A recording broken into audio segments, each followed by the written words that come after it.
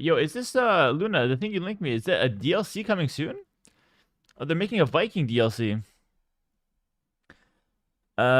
Is there a balance patch already announced, or is it just like coming soon? So everything's coming soon. Shit. Well, this is kind of nice. Actually, I kind of like that it's a Viking DLC. I think that's really cool.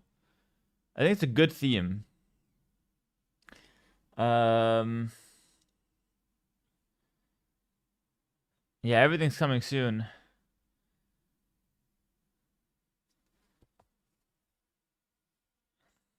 Uh,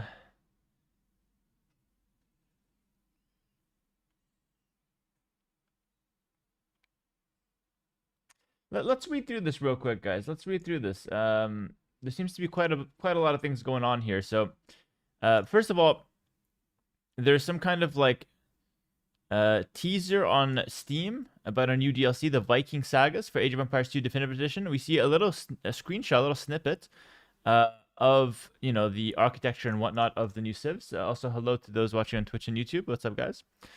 So it seems like we're gonna get some new civilizations, and I see the longboat there. Now I wonder if they're gonna do the same thing that they did with the Indian DLC, where they took the Indians and they split them up into 4 different civilizations.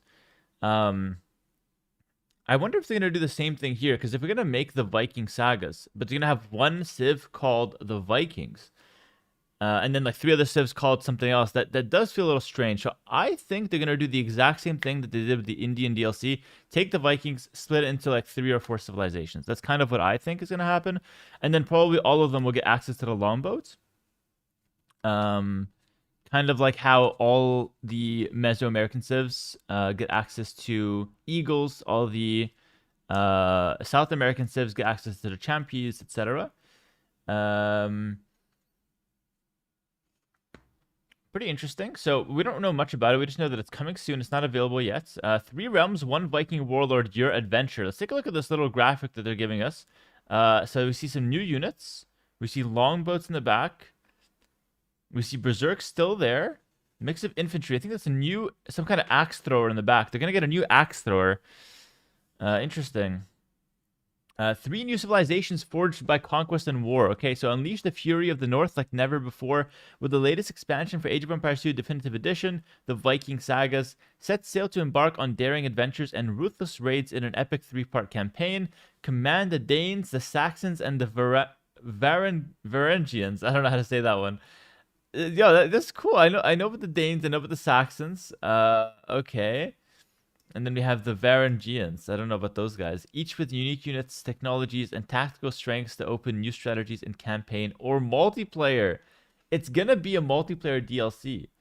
So yeah, I think they might split the Vikings into these 3 civilizations. So if I understood this correctly, I think we're gonna get 2 new civs and Vikings reworked. I'm not sure though. I could be wrong. No, maybe it's just 3 new civilizations and we keep the Vikings. I don't know. But either way, 3 new civilizations. And then another little graphic, but it doesn't really show much. That's the current Viking castle there. We see Berserk, so they're gonna stay in the game. And that's pretty much all we can see from the Steam side of things. But let's take a look at this one. So they're celebrating age in 2026, where we're at and where we're going. So I don't know if I want to read the whole thing here, but this is basically where we're at. They're talking about what they've been doing. They say thank you for the support. Thanks for the support, guys. Don't forget to buy the new DLC. Yeah, okay, that's good. I mean, they did a lot of cool things here. I think they talked about the other DLCs. I think they talked about Red Bull. Yeah, Londinium, pretty cool. People are saying there's a read more button down here. Ah. Oh, wait, there's a lot more here. Hold on. Okay. So we have a bit more of a graphic here. So this is the one that I only saw half of it before. I see some new units in the front, actually. There's quite a lot going on. There's a new unit there, obviously with the men-at-arms mixed in. More new units. So there's quite a lot going on here, I would say. There's quite a lot going on. All right, so let's read up on these civs. So Danes pressure opponents early with swift, long ships to strike without warning. The unique Danish unit, the Joms Viking, is ideal for these raids as a nimble and hardy infantryman that hurls flaming torches to devastate enemy buildings and ships. I think that's like the axe thrower in the back. Okay, so that's the Danes. Then we have the Saxons to construct mighty fortified towns to lock down territory and stand firm against relentless invasions.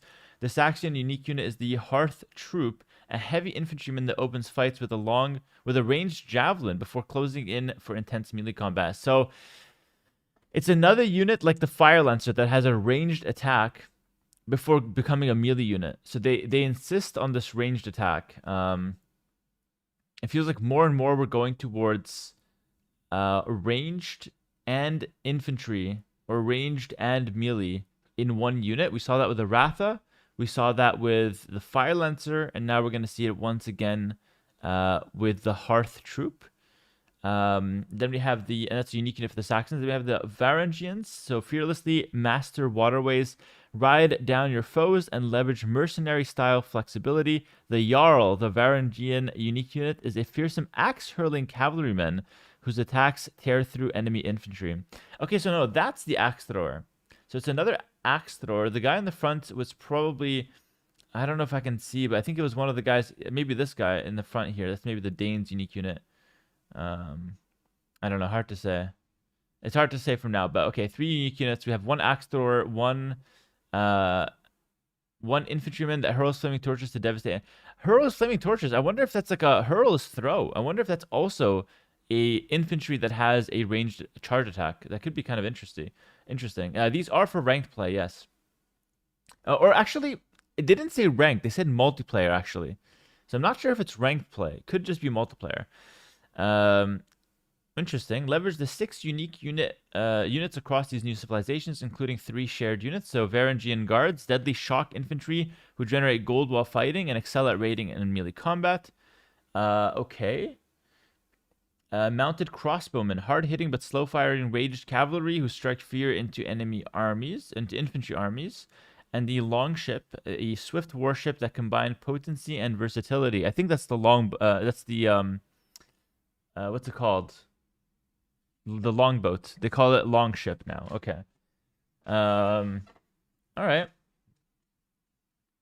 3 new campaigns, of course. Pretty cool. So, all right, that's pretty nice. So then let's read a little bit more about what's going on here. So a new look at Age of Empires 4 upcoming expansion. I don't care about that, but they're also doing some kind of Viking expansion for the Age of Empires 4. So they're going all out Vikings. I'll skip through that. You can obviously read it yourself. Here's the Age of Empires 2 Viking sagas. Raiders to the North isn't our only foray into Scandinavian stories this fall, as the next expansion for Age of Empires 2, the Viking sagas. The Viking sagas brings 3 new civilizations: the Danes, the Saxons, and the Varangians. I think this is more of the same. This is exactly what we read on Steam. So no new information. Okay, it's just that they're putting the same information here on the website. So, pretty cool. First impressions, I do like Vikings. I think they're a cool kind of civilization slash, theme. But I don't know if I like getting another DLC so soon. I feel like the old DLC, like the Incas DLC, just dropped, and I feel like we're getting a new one so soon after. I guess they're trying to average 1 DLC a year. I don't know. I just feel like there's too many DLCs, too little like balance changes, and I feel like we're getting too much. Like we're getting too many units that have special effects. I don't know. I don't know. I have mixed opinions on this. I really do. And despite actually loving the Viking, like I actually love the fact that we're getting Vikings. I think that's really cool. But yeah, I'm not sure if I really like the fact that we're already getting a new DLC with new civilizations. Now, it could only be playable for campaigns and, off ranked. We'll see. We'll see. It's a little strange that we're already getting that so soon, though, I will say. All right, let's hop into some ranked games. We favored Mega Random last time, didn't actually get it. I'll leave it open this time, but I'll favor Arabia. Unfortunately, the guy who donated got scammed there. We didn't get a single Mega Random game. Hello, Philo. What's up, bro? Nice 50 stream watch streak, bro. That's awesome. Hello, Richie the Ink. Richie the Ink Machine. Yeah, I don't know. What do you guys think about that one? More DLC means more prize pool to win for Hera. I mean, I guess from one perspective, it would keep the machine rolling, but from another perspective, I don't know. I feel like we might be overdoing it a little. I think we might be overdoing it a little. Curious when the Sparta thing will drop. What do you mean Sparta? What's up, Ollie? Yeah, I'm not sure. I mean, I just think that too many of the unique units have special effects. Like, I just don't like. I don't like that every civ has a regional unique unit, and then they also have a unique unit, and then they also have a secondary unique unit. It's like 3 unique units per civ nowadays. That's crazy. Isn't that crazy? I don't know. I don't know. Town center therapist. Whoa. I need a therapist just about now. Thanks for 10 gifted subs, bro. Yo, what's up, town center therapist? Really appreciate the support. Yeah, I'm not sure. What do you guys think? Yeah, get W gift subs. W gift subs. What's up, YouTube? Good to see you guys. How are you supposed to know all these matchups? Well, it does get harder for sure. As a pro player, it's actually difficult for tournaments for sure. But as a casual player, it's even more difficult just for your average rank game. It's the most popular RTS in the market. Of course, they want to capitalize on that. No, I totally understand that. Like, I actually completely understand that we're trying to make some money here. I'm actually very in favor of, keeping the money flow high so they don't go bankrupt and just pull out entirely, right? That's for sure. We got to be reasonable here. But I don't think that every DLC needs to have 3 different units. You know what I mean? I like the old recipe of 1 unique unit, one or like 2 unique techs, and then some bonuses. I think that was good enough. I think when you have too many unique units, you enter a stage where every civ just feels too different. Which is a balanced nightmare, you know? Hello there, man. I am also of the opinion that no need for power creep is there. Hello, it's Voldemort. Thanks for the 2 months. I appreciate it, man. Honestly, as a relatively new beginner, the most confusing part of learning and progressing in this game is the unique units with the confusing gimmicks. Yeah, dude, you don't know how to counter. I completely agree with that. I completely agree with that. I don't know. Actually, you know what? Before we start playing, I think I want to open up a little discussion. I want to start. I want to do a discussion video that I think would actually be fun. Because this is something that I think a lot of people can get involved in. I'm gonna start by giving you guys a little bit of a kind of rundown as to what I think is the case for this for the Vikings and the new civs that are coming, and then I want to read some comments to get some different opinions, and we'll kind of turn that into a YouTube video to start some discussion around this. Because I think it's definitely, and I want to start with that. I want to start with that comment there because I think that's very important to consider. I will find a way to put my camera here. Let me just give me a second. I think what we'll do is we'll just keep. Let me just add a camera in here.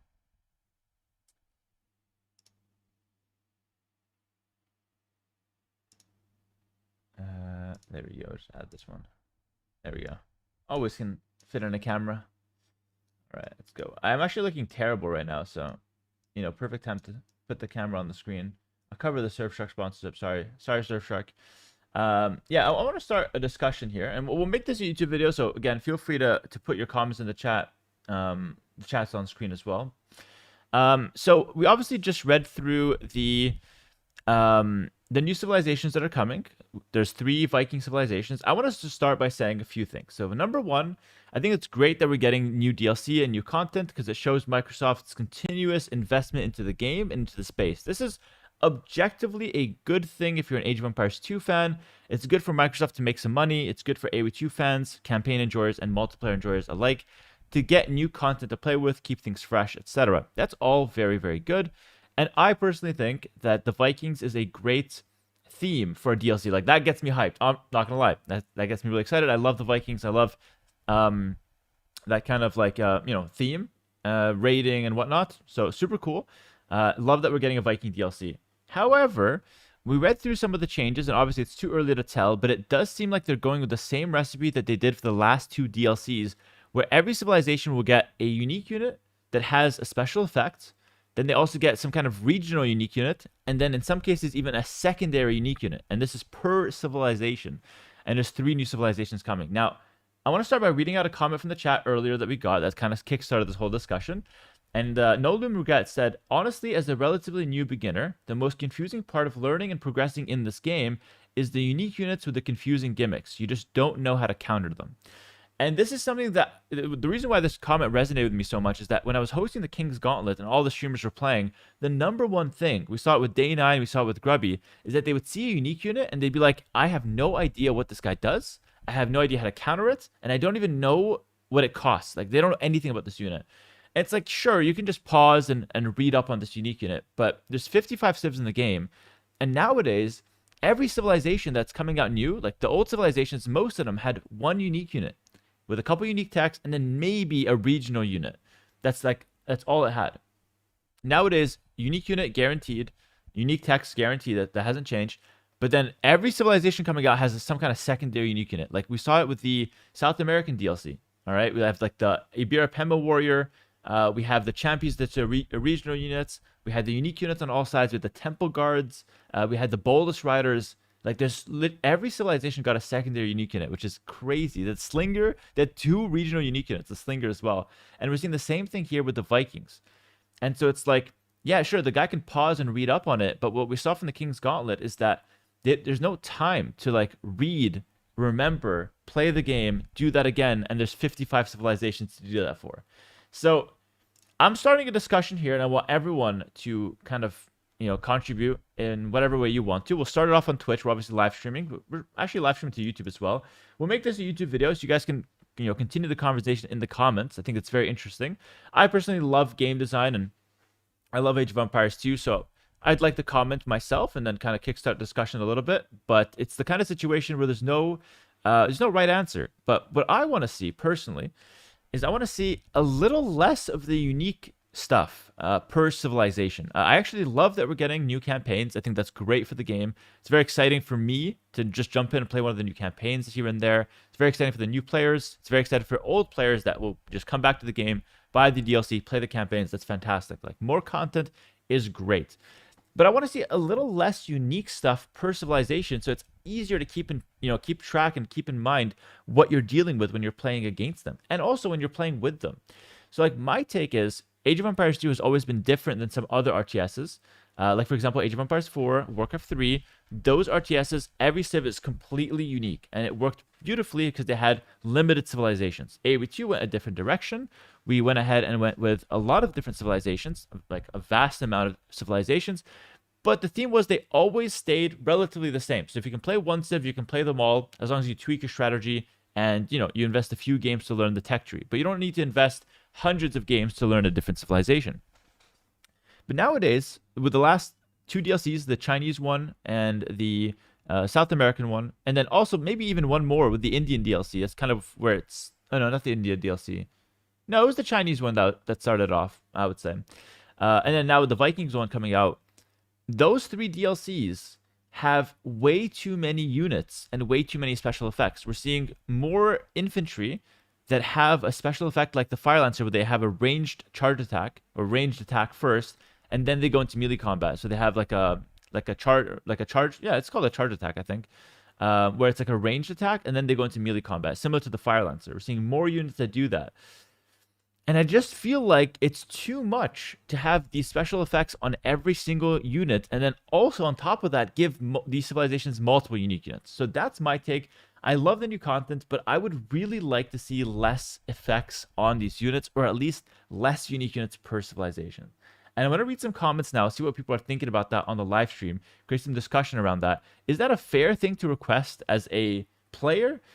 Like, or do we just have to concede the fact that, no, from now on, the recipe's perfect. Every new civ has to have, a lot of new stuff for it to sell or for it to be interesting. I don't know. I think it would be perfectly interesting to have a new DLC without having that many new effects into the DLC.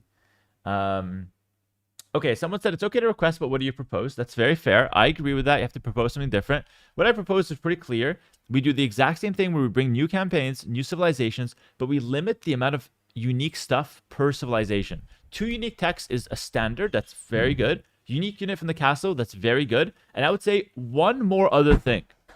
Like, either you give them a regional unit, like a new regional unit, or you give them a secondary unique unit or a secondary ship unit, something like that. I think that's enough. I think one additional thing per civilization. But nowadays, the civs are getting 2 or more additional things. So that's my proposal. I think it's pretty straightforward. Yeah, that's not even to mention unique buildings as well. Let's take a look at some of these comments. Long-term players are ready to adapt to the subtle changes to high-level games with new units and effects. Beginners, it doesn't matter. I don't know if it doesn't matter for beginners. I agree with you that high-level players or experienced players can easily adapt to the new stuff because everything else is known. But for beginners, like we saw in the King's Gauntlet, it does matter to have new stuff that they don't know about because now it's getting to a lot of stuff that they don't know about. I'm a rogue-like fan. I like the idea of having new effects like poison or Roman's proximity buff, and finding synergy seems cool to me. Okay. So point in favor of having different things or new effects and new synergies into the game. For beginner players like me, all the new units can really confuse me. So another kind of shot in the confusion pile. The power creep is real. Well, we don't know if it's going to be strong, but yeah, I mean, the South American DLC did have some crazy power creep. Please, more balance changes instead of new DLCs, too many different units and OP units. That's a good point. And that's another thing I want to talk about, actually. I like the fact that we're getting new stuff, but I feel like how many balance patches did we have this year? I think we had like 2 balance patches this year, and we're already getting a new DLC, which will come with a balance patch, but still. So we're getting like 3 balance patches, but we're getting like a DLC. That ratio seems off. I think it should be like 5 or 6 balance patches a year to keep the meta fresh, to nerf what needs to be nerfed. I feel like we're getting so little balance patches and so many DLCs. Like for me, like the perfect ratio of DLCs would be like 1 new multiplayer DLC per year and a half or per 2 years. The every year DLC feels like a bit much for me personally. And I like to see more balance changes. Someone in the chat said, I like civs feeling more unique. I would love if they took a look at older civs and give them more unique units. Oh, okay. So Geo Draku he's going the complete opposite opinion of me. He loves the new stuff, and he would actually like the older civs to get the same treatment and give them some unique units. I actually don't entirely disagree with that. I think if the game's gonna go in a direction where all the new civs are getting like 2 or 3 unique units, then it actually makes sense to visit the old civilizations and give them the same treatment, or else you're gonna have a complete imbalance. So I don't actually entirely disagree with that from Draku, but I would actually go the other way, where just less new stuff and overall. How are balance teams paid without consumers buying DLCs? That's probably a question above my pay grade. I don't really know how to answer that because I don't know how it works internally. But I think there's a lot of ways for a company to make money without having to put out a new DLC. And I think personally, having skins or certain things in game, like extra campaigns or like icons that you can buy, those kind of avenues could be good to explore if you just want some revenue. And I think a lot of people would buy them, and they wouldn't impact the game at all. In terms of like actual gameplay. I'm an old man. Anything new is frowned upon, and changes are either done by communists or noisy kids. Okay. Okay, fair enough from Putty Vision. He doesn't like the new changes. Aldi says they could make a fun mode that you opt into, activating something special for all civs, but that would split the player base. Yeah, I'm not sure. Like, I don't mind that, but I think that would be a little too out there for me. As a long-term player, I just don't vibe with the new civs like Chinese, which have a completely different, unique unit set for cav archers, and fire lancers. Yeah, like I agree with that as well. Let me give you guys another opinion coming from me as well here. I am dying to play a civilization that has knights, crossbows, cavalry archers, and champions. I just want a civilization that has all of the base game units. And I feel like every new civ has completely different units, and it doesn't feel like I'm playing Age of Empires 2 with the majority of these new civs. Like, I don't feel the same happiness playing Franks, which I'm really happy to play, and playing the new Chupi. I just don't feel the same level of happiness playing it, honestly. And I know that's such a stupid way to look at it, because there's a lot more than Hera's happiness going on here. But just like, no, from a personal perspective, I just want to play the civ that I grew up playing. Because I know I'm a pro player and a streamer and whatnot, but this is, at the end of the day, also a nostalgic game for me. because I played it way back in the day. And I just feel like all the new civs are completely ruining that nostalgia because I don't have any of the old school units in there. Like legitimately, it's not that we're playing. It's not that I'm saying like, oh, I don't like new civs because I don't like changes. I actually love the changes. I think new content's fantastic. When I remember when like the Armenians came out, I was actually super stoked because like we had one new thing with the mule cart and they had a unique unit. I still had my knights, I still had my halberdiers, I still had my champions, I still had my arbalests. You know what I mean? I still had my units there, and so I was stoked about the Armenians, stoked about the Georgians. Those felt very cool. Same with the Burgundians, with the Bohemians. Those DLCs really hit the spot for me. But these new DLCs, I feel like they're just taking out what I love about Age of Empires 2 and replacing it with something new. And I don't think the new stuff is all bad. Like for example, the Grenadiers were a lot of fun to play with for just to name one thing. But if every civ has like a Grenadiers and then they have a new knight and a new cav archer, and a infantry that shoots something, it's like that's when it's getting really out of hand. So I don't know. That's kind of where I'm at right now. I don't know. I think I'd like. Oh, actually, one thing I want to talk about as well before we end off this discussion is that I think they tried to kind of balance this out by making the Chronicles DLCs, and like some campaign only DLCs. So they tried to like not clutter multiplayer whilst also giving single player players some content. But I think that didn't sell as much because I feel like they kind of ditched that idea. I don't have any internal stats or information, but that's kind of. I just want to address this. 'Cause I think a lot of people would be wondering like what happened to the Chronicles DLCs. We got like two, and then we never heard of it ever again. So I really don't know how that played out, but I saw some comments in the chat worth addressing for sure. Um, it's still such a popular game. Of course, it's going to change and transform into more complexity. It can't stay the same way forever. Um, okay, but what if it got new stuff and it changed, but it changed less than what it's changing right now? Because like, again, I think you can put the Vikings DLC, but just take out two of the unique units and replace them with like generic units. So you just give them like a couple of new things and that's it. And I think that would sell the exact same way, honestly. I don't think that's going to sell any. I don't think a casual player is going to look at this and be like, oh, wow, a new DLC. It doesn't have a new Night line and it doesn't have, a Fire Lancer. I'm not going to buy this one. I'm going to pass on this one. I don't think that's how new players or beginners or anything would think. I think, or like new consumers. I think they're going to look at it and be like, oh, Vikings, that's really cool. What's unique in it? Oh, wow, it's Viking themed. I'm in. I think that's all it is. You know what I mean? But I don't know. It's the first time I disagree with you, to be honest. Okay, so what do you propose, True Paladin? Let's hear it. Seriously, anyone's welcome. Like, opposing views are great. I think that's what makes for a good discussion video. We're kickstarting the discussion, and we're going to see how, where it goes from here. And by the way, all of this will probably lead to zero changes. I want to make that perfectly clear. I highly doubt any of this will actually lead to a change. But I think, talking and discussing is fun. And I like to, have a healthy discussion. I think it's nice. I think it's only positive things can come out of it anyways.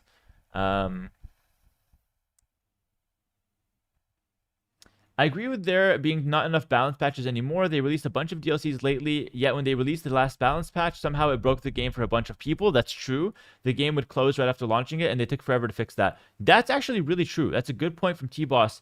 They put out a balance patch. It broke the game for many people, and like people for months just couldn't play the game. And like it took them months to fix it or something like that. It didn't happen to me, but it genuinely saw a lot of complaints about that, and it felt like it took them forever to fix that. I agree with the comment that new stuff is fun and good, but older civs being addressed would be exciting. A rework on a civ like the Franks would be exciting. Yeah, okay. So let's end on this. Let's end on this point, because I think this is like we're kind of going a little in circles now, because we had that point come up earlier, but I think it's a great point to end on. I think a lot of people are thinking that if we're gonna go down the routes where we have a lot of new units and whatnot, then we should definitely visit the old civs. And actually, again, I agree with that. So we're going to end this discussion here for now. But again, it's going to continue on the YouTube side of things. And we're going to try this kind of style of video.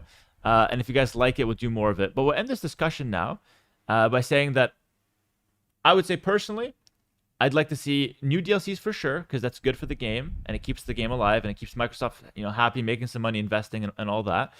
But I want to see less unique stuff into the civs. But and I got my mind swayed a little bit by some of these viewers.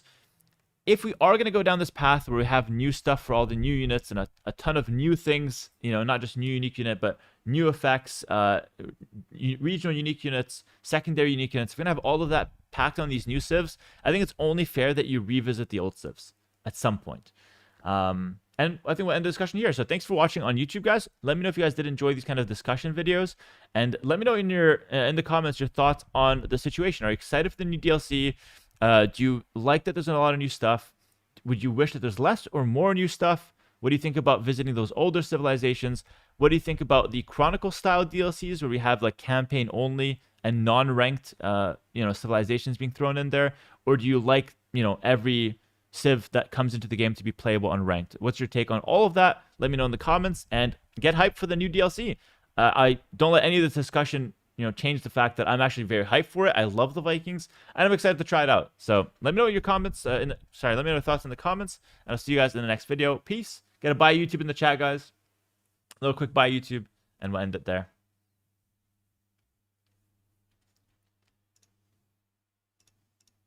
All right, that was a nice discussion video. I'm gonna try that style of video and see how it does on the channels. I think it's very interesting to open up a discussion regarding these kind of things. Again, I don't think anything is gonna change really, but it isn't worth trying. Melvin, thanks at 100 bits. Awing Militia, thanks at a 5 gifted subs, and Jongin, thanks at a gifted sub earlier. Appreciate it, man. But yeah, let's go ahead and play some games. Let's go ahead and play some games.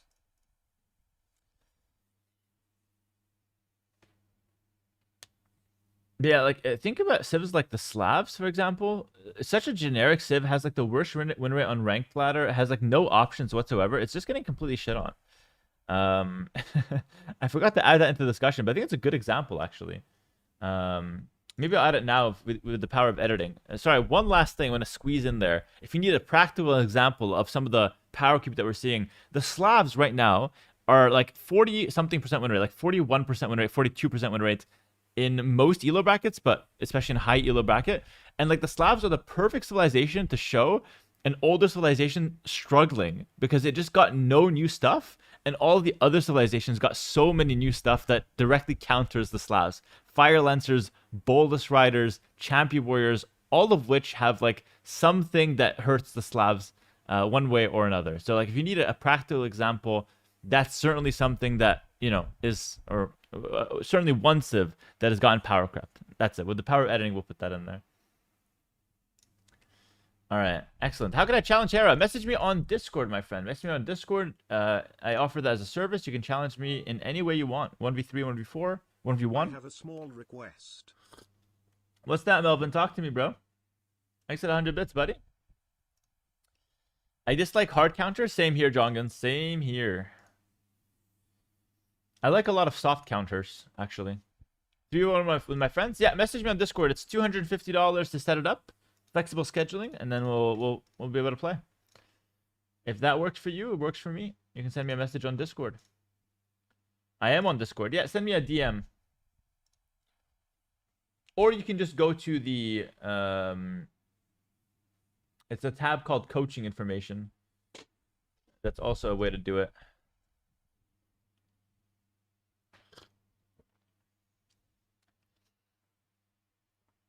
Hi, Hera. Is Surfshark better than NordVPN? Way better, Casual Grinder. When I used Surfshark VPN, I was actually surprised at how easy it was to use it. You can literally put it as a browser extension. In 2 seconds, you're on VPN. It chooses your ideal server. You can turn it on and off with a click of a button. It's literally insane. And they also have a desktop version. Like, genuinely, Surfshark VPN is so easy to use. I know it's like the typical thing, like, I use it myself, but like, I actually use it myself. Hashtag ad.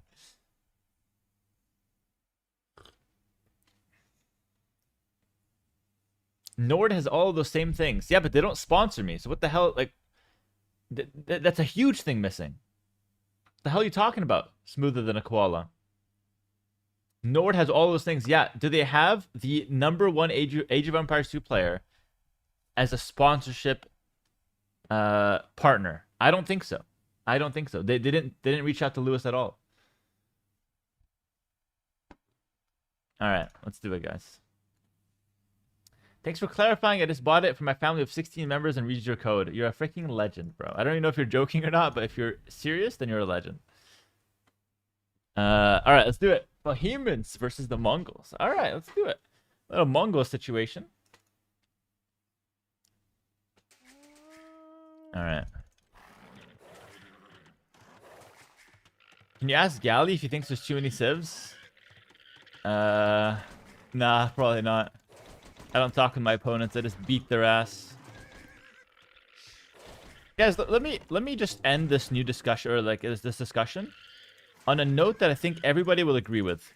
If my opponent beats me, his new civilization is completely overpowered, unfair, and unfun. If I win with the new civilization, the new civilizations are really cool, very healthy for the game, and a ton of fun for everyone involved. That's just how it works. So, and I think people would agree with that.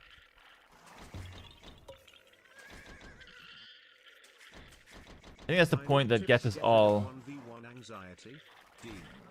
I need a tip to get rid of 1v1 anxiety? Okay, this is the best tip that I can ever give, okay? Ranked 1v1, all it does is it matches you against someone of your equal skill. That's what it's designed to do. So if you're anxious about getting an evenly matched opponent, then what you're really saying is you don't really want to play against a guy that's your skill level. You want to play against a guy that's either better or worse than you, or you want to play against people that are of random elos. Whereas the ranked is just designed to give you even matched games. And that's it. That's all it is. If you're worried about losing, just remember they can always make a new account anytime. The stats don't mean anything, and everybody loses. In fact, you should have a 50% win rate eventually. That's what ranked is designed to give you, by the way. Ranked is designed to give you a 50% win rate over a lot of games. And if you have more than a 50% win rate, it's going to eventually become 50%. If you have less, then it's going to eventually become 50% the more you play. The only reason this breaks at any point are pro players that have a way more than 50% win rate because they're really good at the game. But the average person won't have that.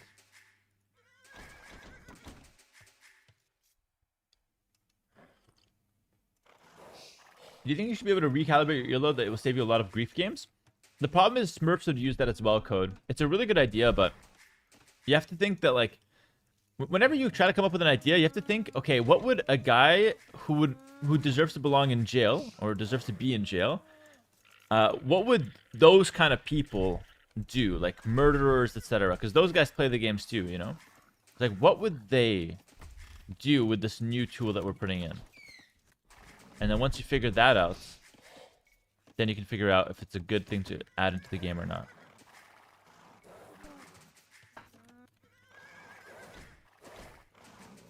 Okay, Bohemians. Bohemians, huh?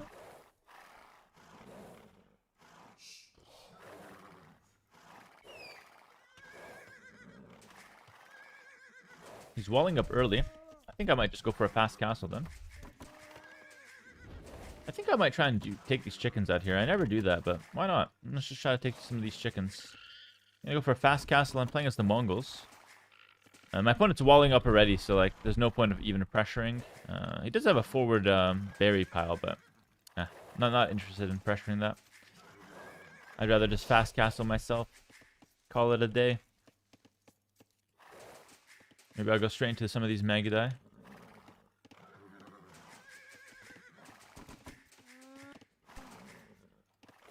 Going for a barracks. Maybe he's not fast casting after all.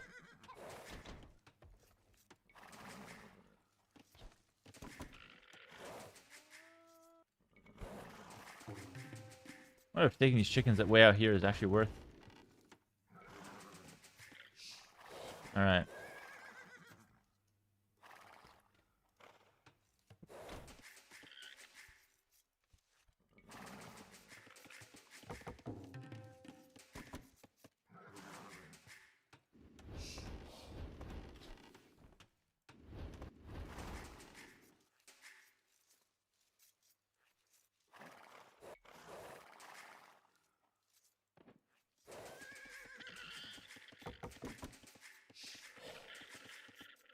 wonder what kind of fast castle I can go for. I have a front gold, so it's not that good to FC here. Good evening, Mr. Hera. Love your content. Maybe like step lancers Keep and it up, siege. please. Step lancers and siege could be pretty cheesy. That would kind of destroy the Bohemians, I would say. Yo, what's up, Pooty? Main man Pooty, what's going on, man? Thank you so much for the tier 3. Those extra tiers are really helpful. Big support, brother. I will keep it up for sure, just for you. And for everyone else. Spawn the gold.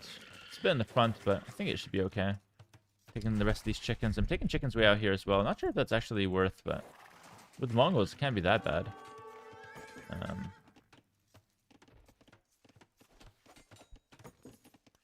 He is actually rushing me here with these 2 militia. At this point, he probably knows I'm fast castling. I'll add another militia in here.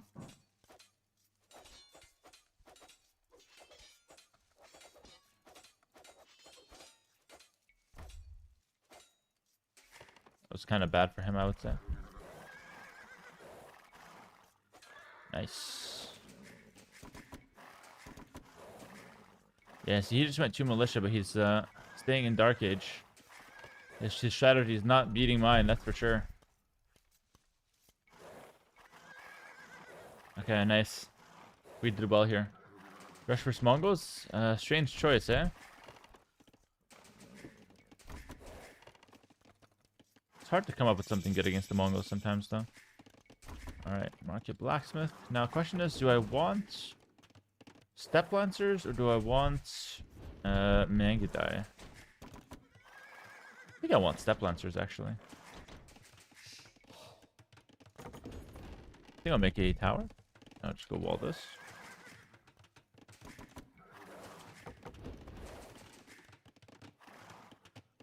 Where are the other chickens? Maybe I can use some of these other chickens.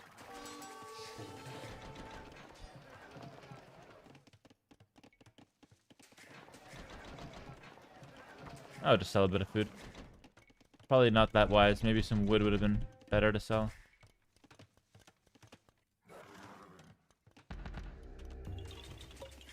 Behold, the horde of Genghis Khan approaches. That's me, bro. These 3 villagers would be best off making 3 farms here. It's very risky, but them walking back is also kind of bad. Then again, they can walk back and grab these chickens there, so that might be okay.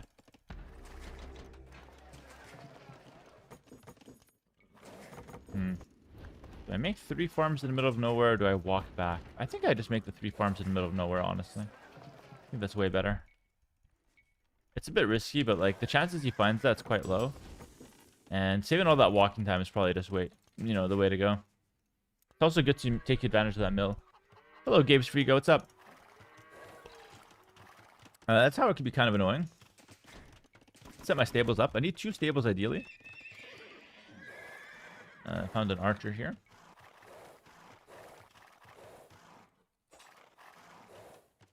Yeah, I won't be able to kill it, but put 2 hits on him. It's not too bad. Not gonna garrison here. It's not worth it. We're gonna just back up. Wonder if he's looking for those chickens. Oh, okay. Yeah. The pathing on that scout was abysmal, and I also lost a vill here. It's okay. Alright, I think I want to get a siege workshop. Probably just from home, though, actually, just to clear this up. Yeah, 1 stable workshop. 2 stables is ambitious. I can't even afford that.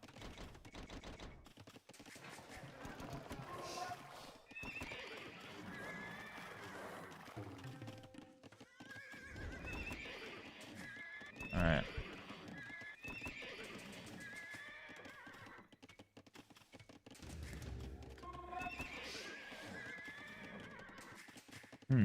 Okay.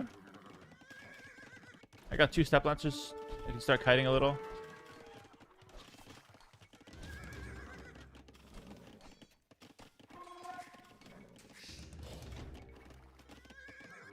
Don't know if I want a mangonel or a ram. Probably just a ram. Clear this fast.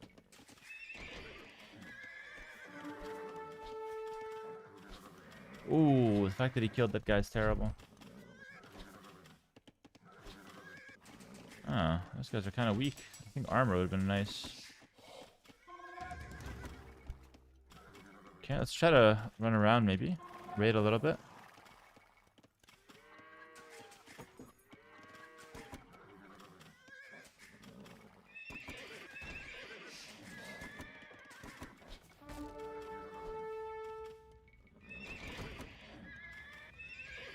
Husbandry, I don't know if I can afford.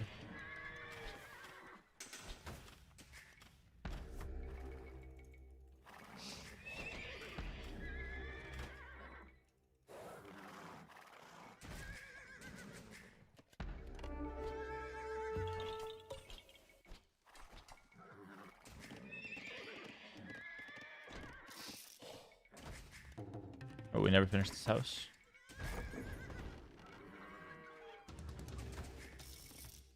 I get wheel. Thing is, I don't know if I've done enough damage. I haven't really done a whole lot. I haven't killed a single unit, single villager. I'm not sure if I'm in a good position here or not. Killed some units, but a lot of food, not a lot of everything else that I need. Maybe making those farms was not the right call. I guess husbandry works okay here. I think a monastery would be nice as well.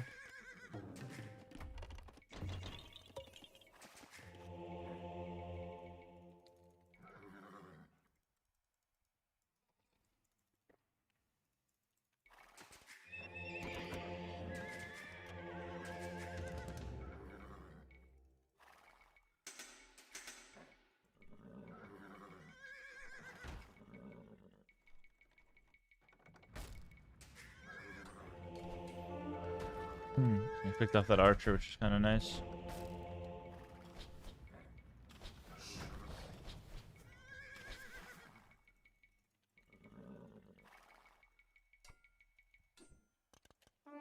That ram might go down, but I still killed one last house, which is pretty good.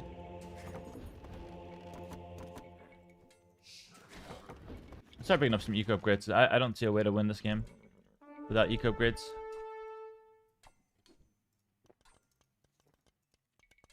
The sound of the stream is low. I have to look into that, but probably later. Thanks to the feedback, I've changed a few things, so it's very possible that it is low. I need to get some healing done on some of these step lancers. So I don't know if this ram push is going to be much of a push, as it is just going to be like trying to stabilize the game. Maybe try to get a lucky shot. Okay. Sounds fine again. But it's okay. It sounds fine, which is good, but I think it could be that it's low as well. Because I have lowered it recently. This is the lucky shot I was talking about. It's huge. Yeah, he just took that one straight to the face. One more. Oof, that's rough. All of his setup just kind of went down the drain there. I can just add a TC here. Actually, those farms are now extremely risky. So what I should do is add a town center here to try to defend this position. The problem is I have hills everywhere. That one doesn't feel too good, but it's better than not having it there. Get some healing done on some of these step lancers. Let's work towards another... Actually, no, I think working towards another town center via just buying it is probably best. Okay, town watch. I picked up 2 relics already. I'm looking for more. I don't know where the more is, or more are. That's one there. One in the corner. I'll pick that one up. There we go. I'll pick up bloodlines. +2 armor is interesting. Not sure if I need to go for it just yet. Maybe I'll add another town center. In case you go something like hand cannoneer, I need to be ready. Because this crossbow push kind of got stopped already. Not that scary. Okay. So some step lancers here.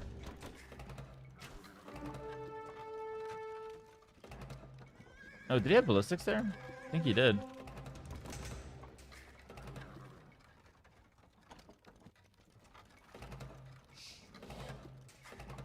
Trying to zone.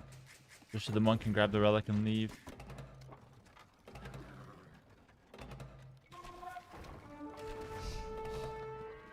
Does he know about this monk? Yeah, surely he knows about him. Yeah, he knows about him.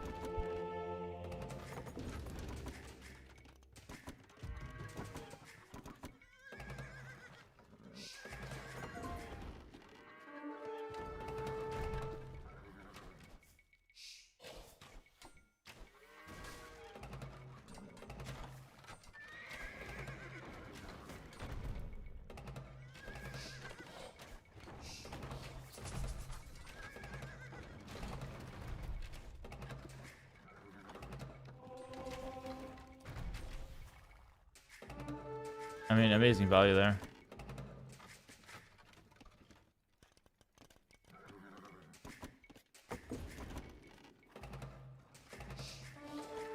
Oh, another monk got sniped.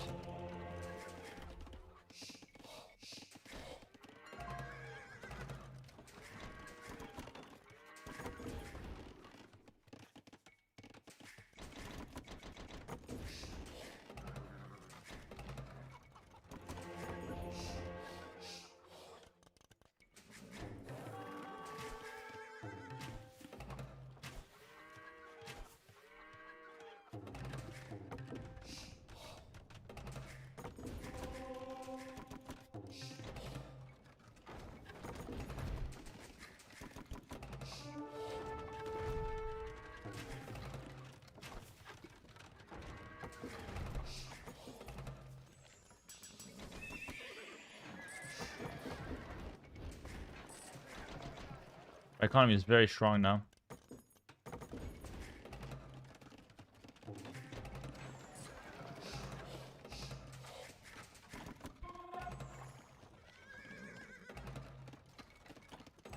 I wouldn't mind some outposts here, actually.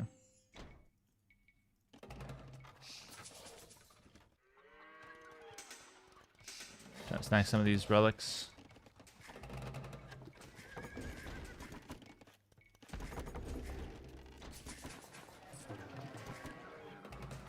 Okay, nice. Pretty good setup.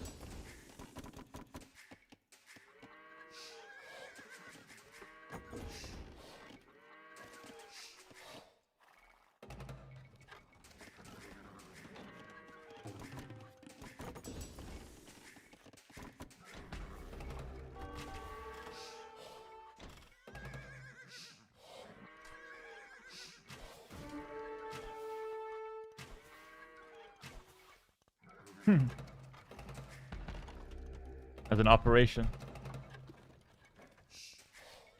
I'm just slowing him down.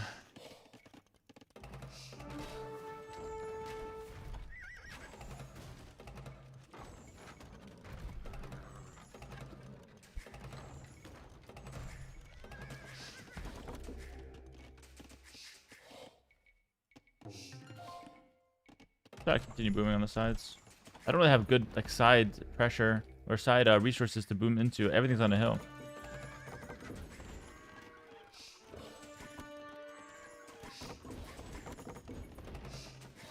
Let's try.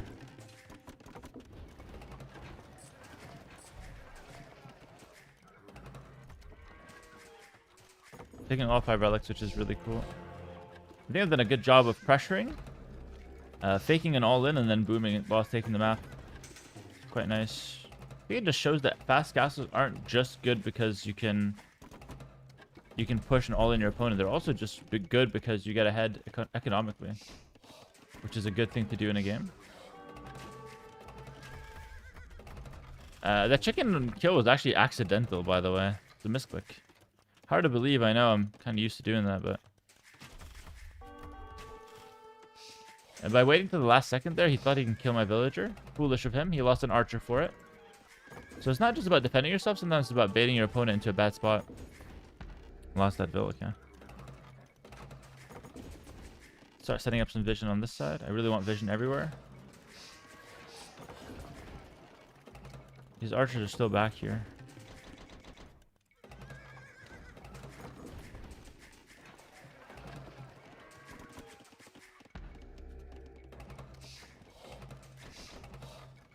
I can send my step lances here, clear those 3 spears. It's random, but might as well take some units off the field.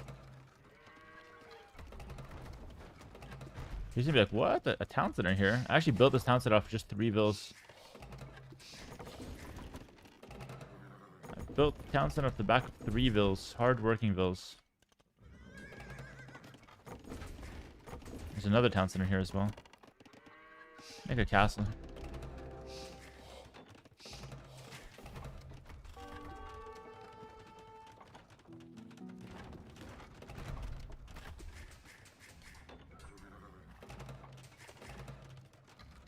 Kill those 3 spears, go back and heal.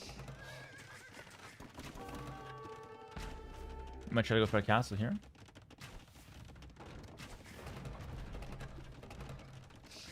I think I might open Seed Ram actually.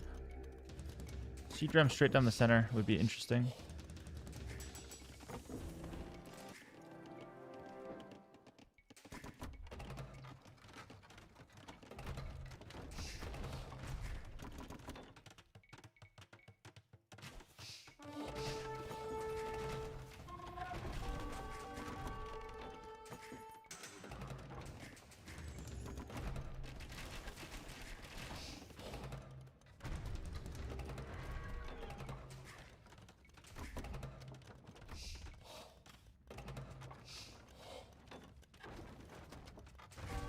Oh, nice. Snipe there.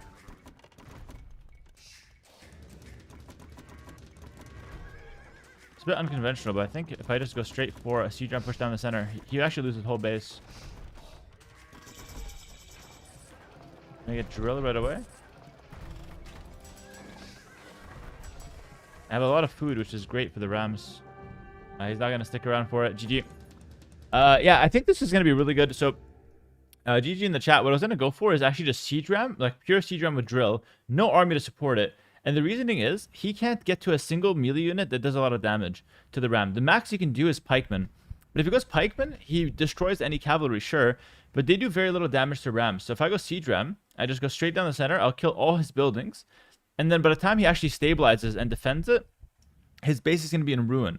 Not to mention I have a chance to snipe his Imperial Age Town Center as well. Because the Ram push will come in fast with the drill. So kind of an interesting choice of units to go for here. But I think it makes a lot of sense. Instead of trying to go for a unit that has to beat all of these crossbows, I just go for a unit that breaks the base, which is very exposed and has no defense. Nice win, though. Nice win. Just showing the power of the past castle. But if he attacks with vills, Siege Ram are quite resilient to villagers nowadays. Hera won the game with 3 Step Lancers? Kind of. Well, with some Mangonels as well. A couple Mangonels in there as well. Nice, GG.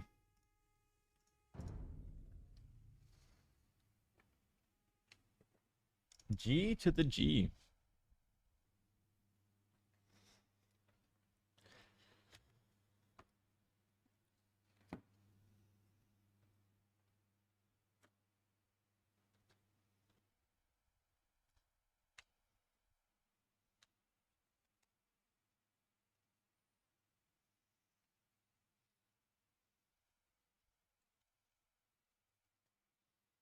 Did you talk about the new DLC yet? Yeah, I made a video about it as well. I didn't make it. There was a discussion video we had as well around it, which was kind of cool.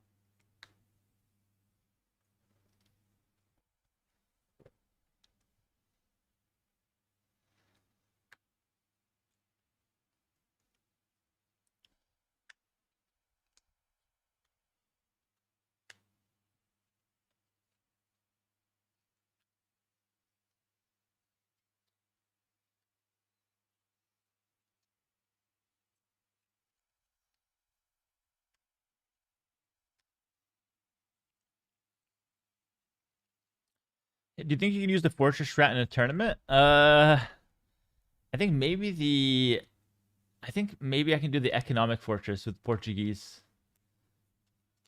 But that's pretty much it. How many subs would I have to gift for you to try a Red Phosphor Castle Rush with a Cataphracts? Cataphracts will not be possible Red Phosphor style. So what you're asking for is some kind of like crazy challenge. I don't know. It would only work against like lower level players. How many subs do you have to do? Probably a lot. A lot more than it would be worth it, I would say.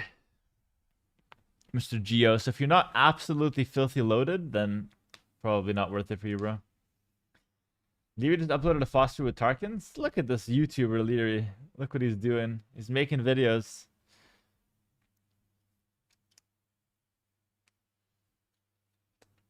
Do you think there's an opportunity for static defenses to work in meta play? Like towers and whatnot? I think towers are underutilized at the moment a little bit. I think they could be utilized a lot more than they are currently. Crabbo spam is very good. Is Phosphorus known for playing cheesy? Yeah. He's always doing some kind of like FC or like fast castle all-in style. Is Persians a good team in age or mediocre? I would say it's very good.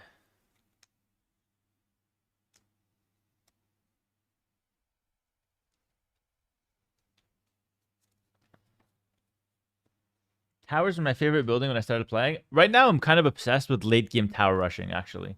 I don't like doing it in the early game, but I'm so obsessed with doing it in late game. It's my favorite thing in the world.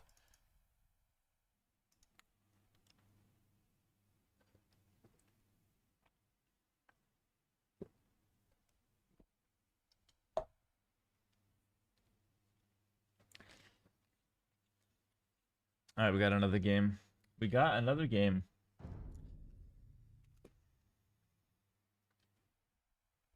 Knolte playing with the Burmese. I'm rocking the Romans. Okay. Quick little Romans.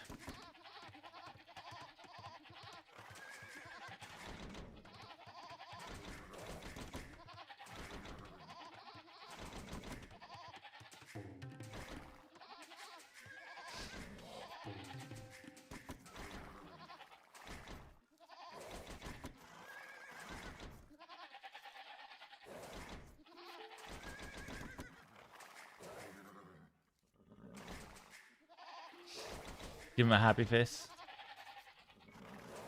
The sound is still very low. Yeah, I'm not fixing it this stream. I'm gonna go have a listen after the stream, and I'm gonna come to a conclusion there. So what we can do about the sound.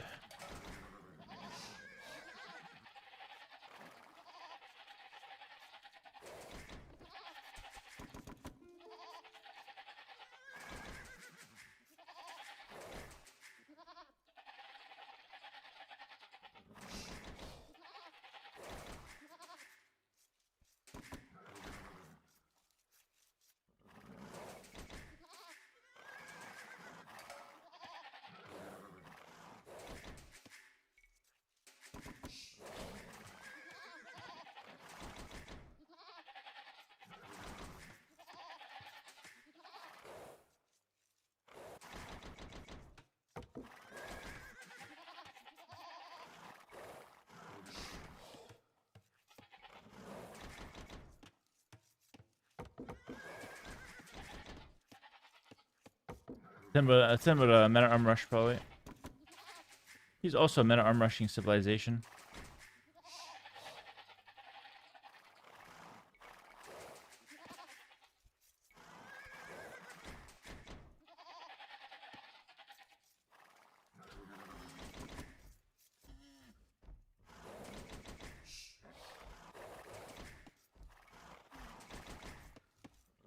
Yo, Alpro, what's up? Thanks to the dono. What's going on, bro? What are you saying? Good greetings from Turkey. Thanks, bro. Greetings, my friend.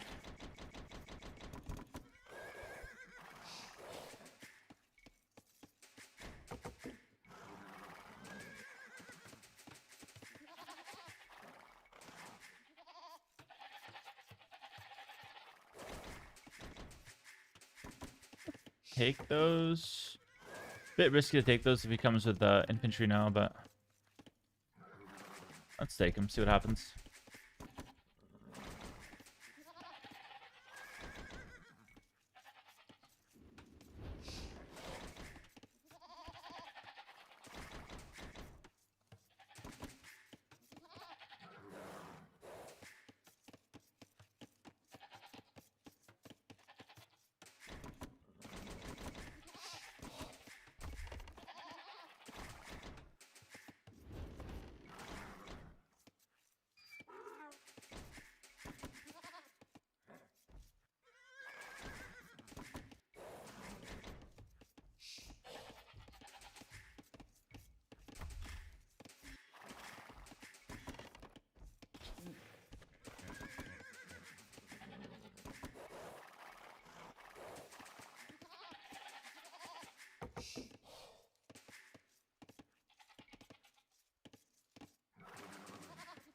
Was looking for a trap angle, but I don't think there was any. Alright, we're gonna do 22 pop.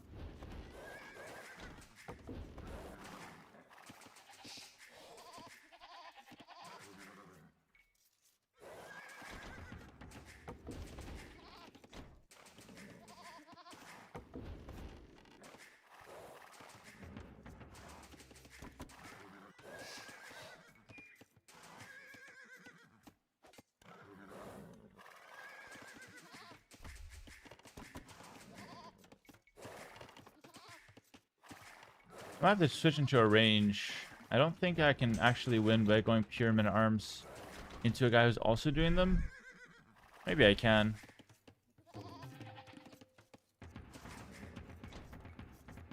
Do I go for my blacksmith to get the armor, or do I make a range? I'm not sure what's better.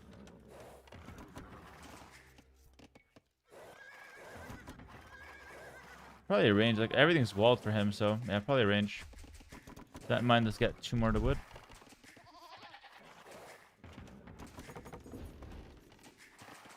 Yeah, the armor is insane. It's usually what I want to do with Romans, but I think here I can't justify it.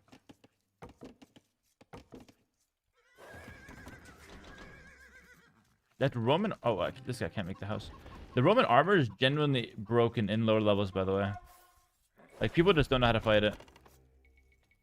I watched all kinds of Aatrox replays back when he was training for the King's Gauntlet, and it's genuinely amazing. I'm on a losing streak today, feeling groggy. 0-3. Tech, what's going on, bro? Dude, I totally get that feeling. Not in AoE, but I feel it in some other games. So I just like a few losses in a row, and at some point, it's like, let's just call it, you know, call it for the day. He's gonna attack me at the same time. Oh, almost some quick walls. It's rough for him.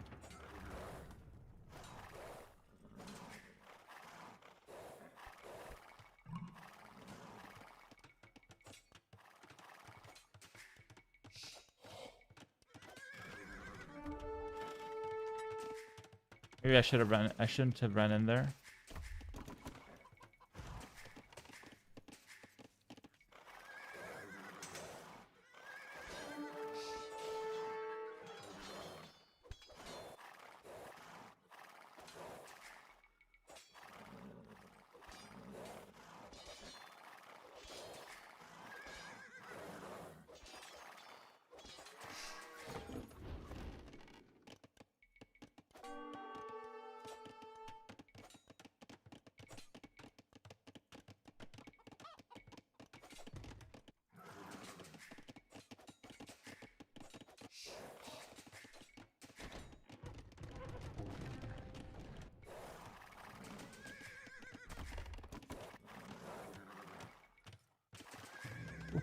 He lost a lot there, man.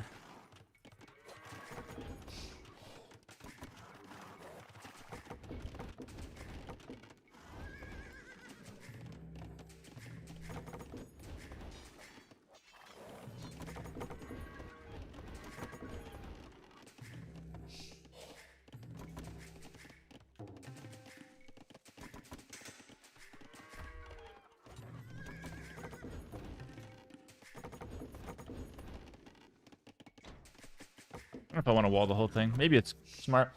Actually, yeah, my map just becomes insane if I wall this. Let's work on it. I didn't even see the archer. There it is.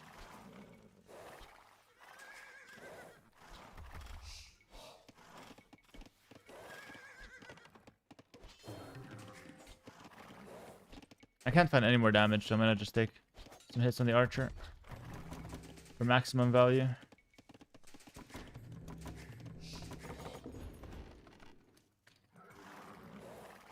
We're kind of both on the same side of the map, which is kind of cool.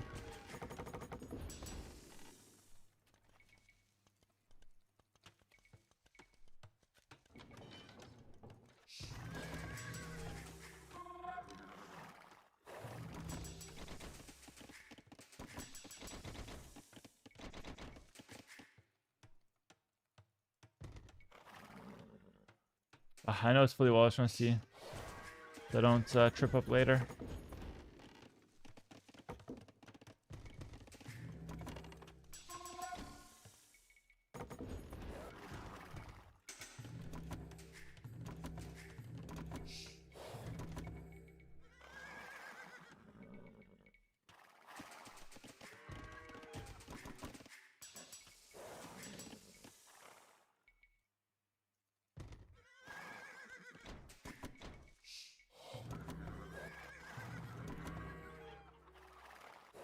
Staying defensive.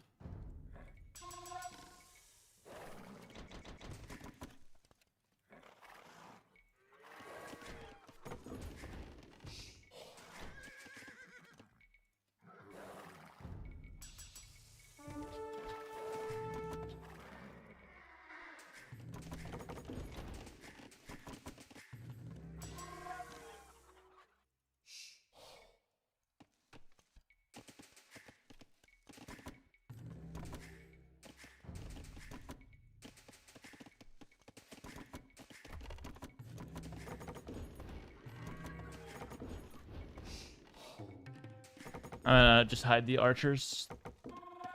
No need for armor. Hopefully no holes. Now we're good.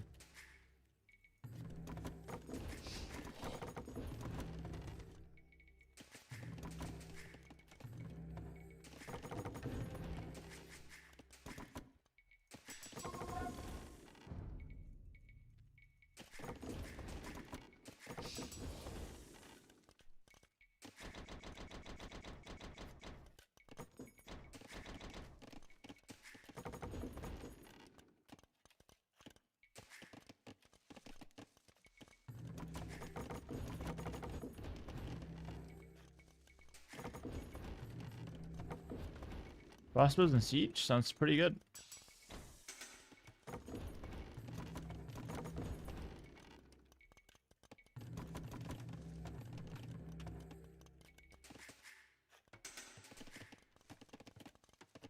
Murata, never spam like that in the chat, bro. Never. I will literally ban you if you do. I mean, what are you asking for? Patreon? No, Murata, no. Never.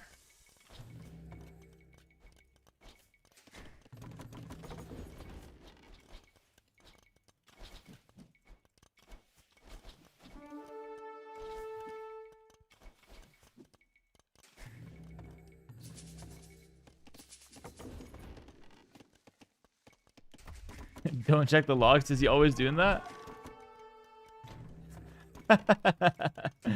Hello, I'm new here. Hello, Eviva. What's up? Welcome. Good to have you here.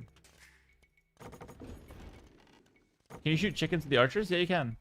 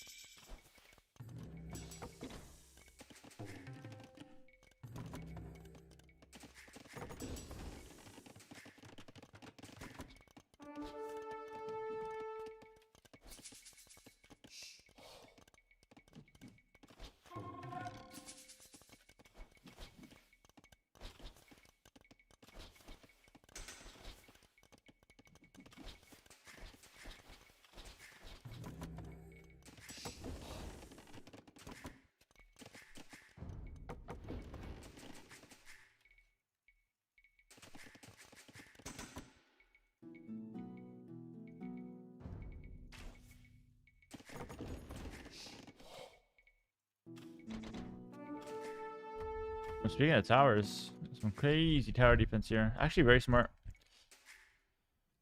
Problem is, I can go around. I don't think it's wall to the edge.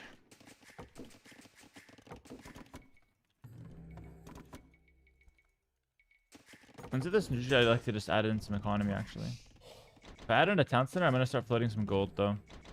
But whatever. I'll get a market next, I guess. Hey, Hera, scrims are meant to beat archers, FYI. They are meant to beat archers. See how they do in practice.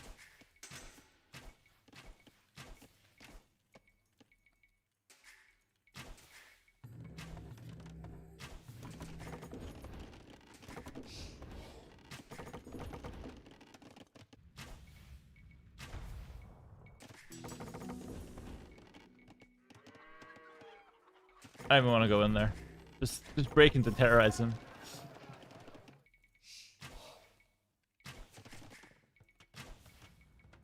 Another tower? That's not in time though, is it? Guard tower, wow. That's a big investment. I don't think we realize how big an investment that is. Which means I can just boom. With nothing to worry about now. I'll just get another town center out here. Yeah, guard tower is not cheap. More people going to Hamburg? Who's going to Hamburg for the garrison? Show of hands, who's going to Hamburg for the garrison?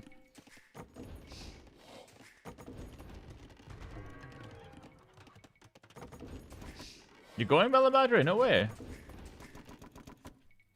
When is it? It's late November this year. If you guys want to go, exclamation mark Garrison in the chat. Get your link. Get the link. Click the link. They're selling tickets right now.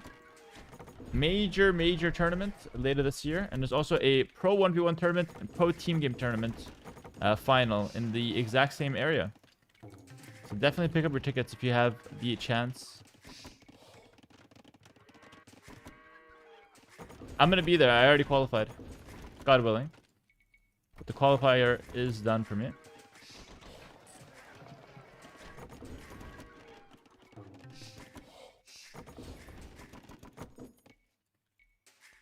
Me and my wife's boyfriend love watching you, Hera. Thank you, Luis, maybe. Your wife's boyfriend sounds like a great guy.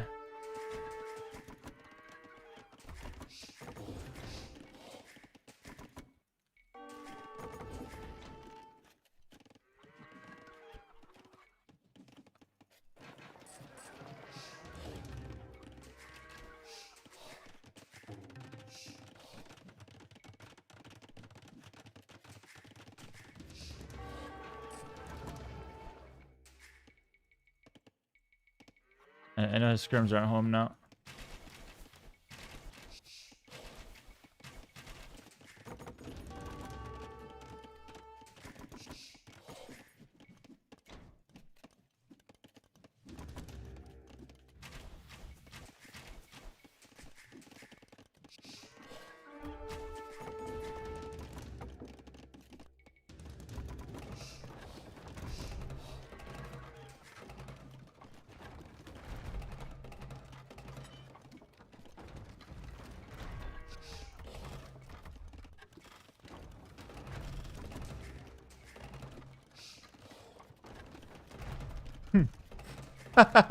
I read his movement there. Oh, that was insane, actually.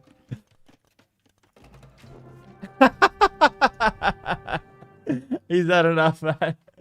The things that have been happening to him this game, I can't even begin to explain. For it to end like that, bro, this guy's just like, it's crazy the difference in 2900 elo and 2000 elo. I feel like he just didn't have a single chance to even play the game. I didn't know it was that big of a difference. Bless his heart.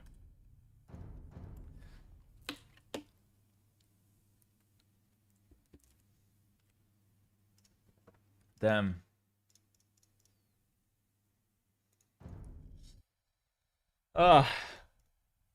Poor guy. Poor guy. What can you do?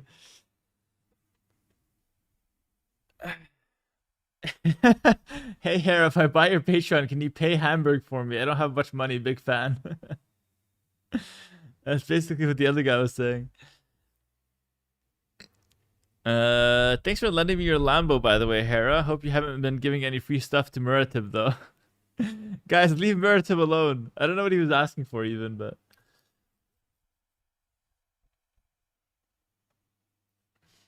Pro basketball player shows up to a semi-pro locals game. How do you do, fellow players? Well, I honestly didn't know it was that big of a gap between me and a 2K. I thought 2Ks would do a bit better there.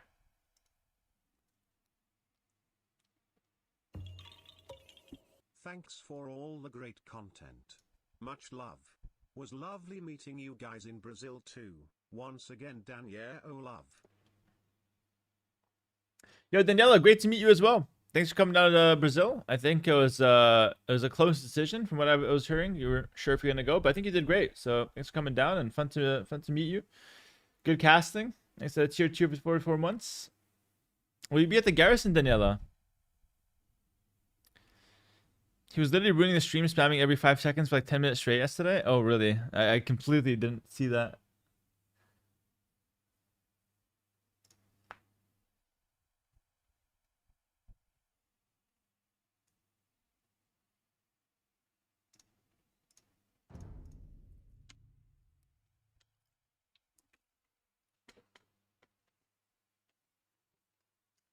$10-0, $1 per game. Oh, Sebastian. Hold on. We got some Sebastian action. I think I lost like the last 3 games against Sebastian. Yeah, we gotta lock in and stop losing. Got myself the Koreans here. Up against the Saracens. Pretty even matchup, I guess. Maybe Koreans are a little better, depending on who you ask. With the fire lancers, we get quite strong. All right. Some chickens here.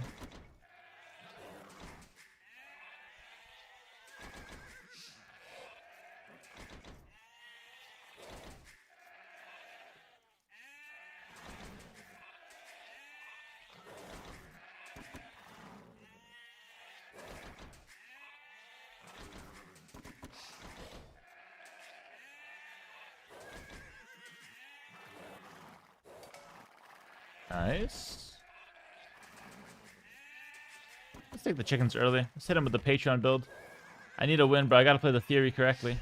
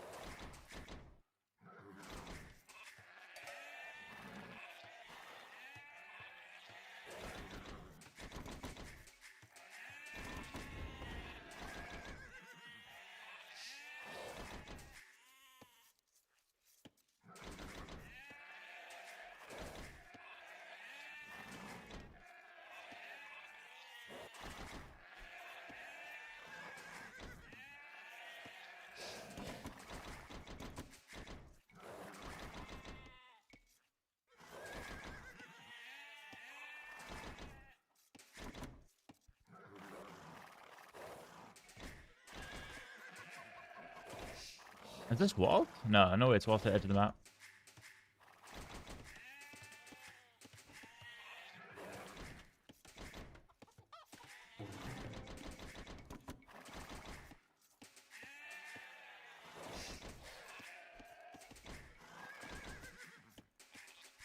Got my 2 boars.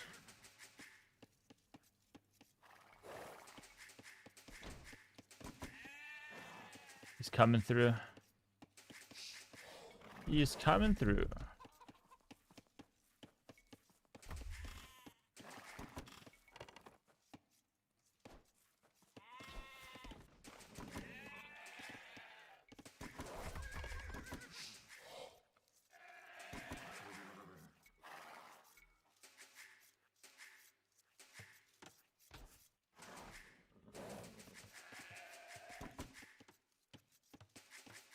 Good thing is that these chicken villagers can just straight go to the woodline afterwards. They don't have to go back home, so less walking time, little optimization there.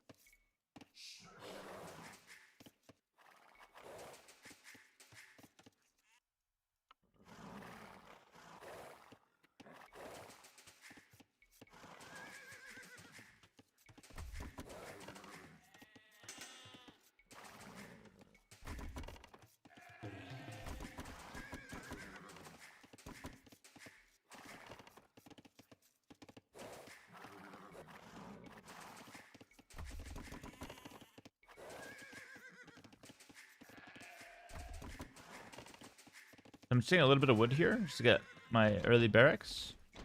Or no, not early, but like my barracks on time. And then I can go back to the food. Chicken's about to finish. As soon as they finish, they go straight to this wood line. So overall, we had like a decent start. Hopefully he's not on militia to cancel my barracks.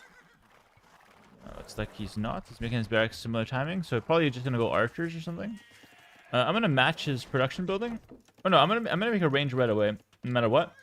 Either I go spears and skirms, if he's on scouts, or if he's on Only archers, I'll just make only skirms. That's basically the plan. Walling in front of my gold as well. I think he's up faster, so I have no choice but to hit him here. Yeah. God's cooked. I could run away, actually.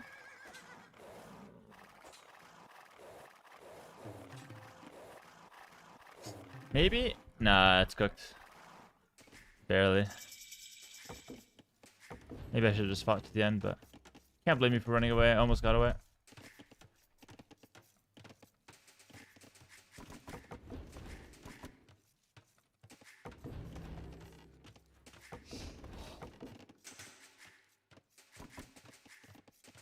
Problem is now I didn't see what he's doing, so you have to make the one spear.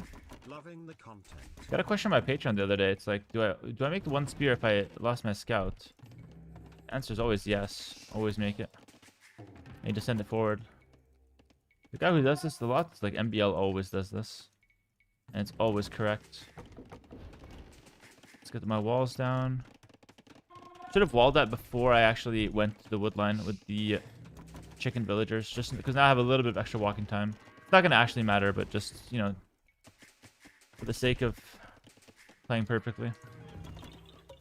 Oh my goodness. J Reed, 20 gifted subs. W's in the freaking chat, bro. Holy. J Reed came out of nowhere with that one. Loving the content, he says. Drops 20 gifted. W, J Reed. Come on now. Make some noise, chat. Come on. Don't keep lurking. We got a 20 gift bomb. Thanks, bro. I got you with more content. Unless Sebastian beats me this game, then I'm rage quitting.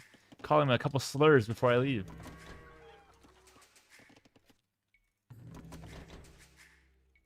You're the soundtrack to my desk job and keeping me sane? I got you, bro. You're keeping me unemployed and a streamer with these gifted subs, bro. We're helping each other out right now. That spearman is just a scout now. Alright. Set up some walls. I could wall to the edge of the map, but that's like really risky. We just meet in the middle. He's just going skirmishes as well. That's cool. Both on skirms. I get the fire lines to transition later though, but he might get the faster castle time. I don't know if that's worth much. Spear might die here. I don't know how the map looks like, so I ran into some walls. Maybe it would have been smarter to go around.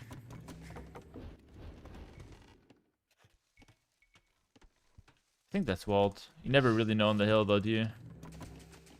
Alright.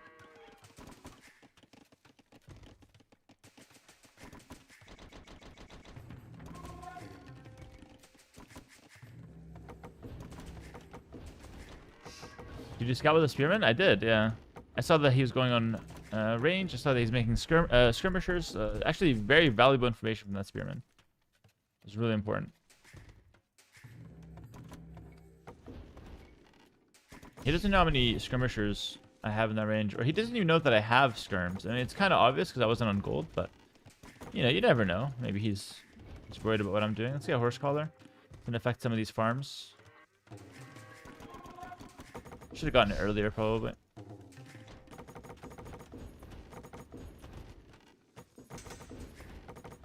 How come both of you aren't going aggressive feudal? Chicken map. Chicken map, only 6 chickens. We're both pretty slow civs. The map is very easy to wall. The list goes on, really. But those are a few reasons why we both played pretty passive. Just massing up the unit here. Hello, Kucher, what's up? You want a coffee? I never worked like a cafe job, even though I think that's what would be my preferred job, but I never got one. I don't know why. They were never hiring when I wanted a job. I want to work at Tim Hortons or Subways. Those are like my... Growing up, that's like the 2 places I want to work on for like a part-time job, but I didn't get it.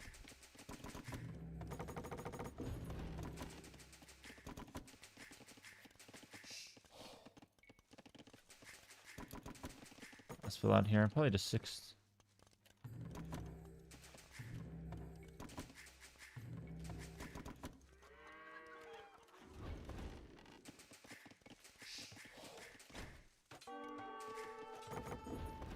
I think he's going to be up first, if I had to guess.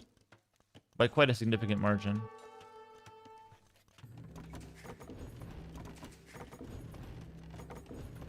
Thank God you ended up on AoE professionally. Yeah, I'm quite happy about it as well, man. Oh shit, I didn't mean to do that. Whatever, I can go kill the spearman. That's not that good to do though, but whatever. He doesn't know that I actually left my base. I'll make one more spear. See what he's doing. I don't think I need to pick that up.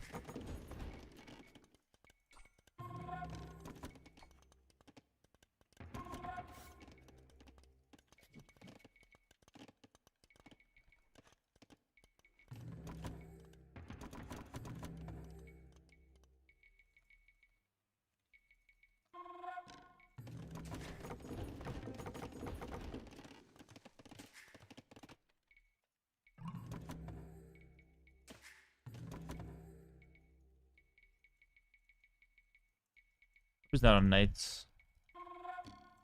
I should back up either way. Scout with the spear.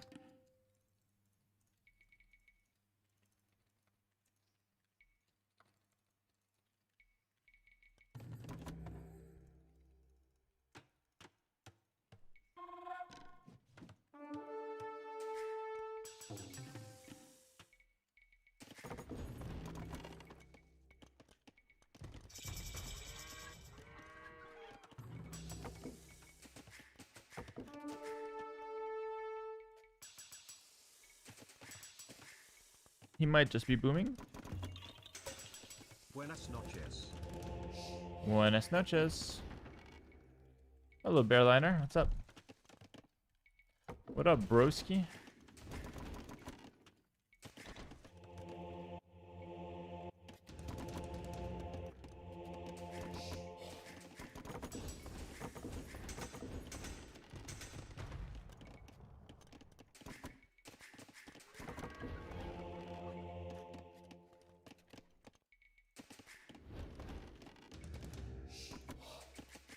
Gonna play some kind of 2TC to like a forward castle.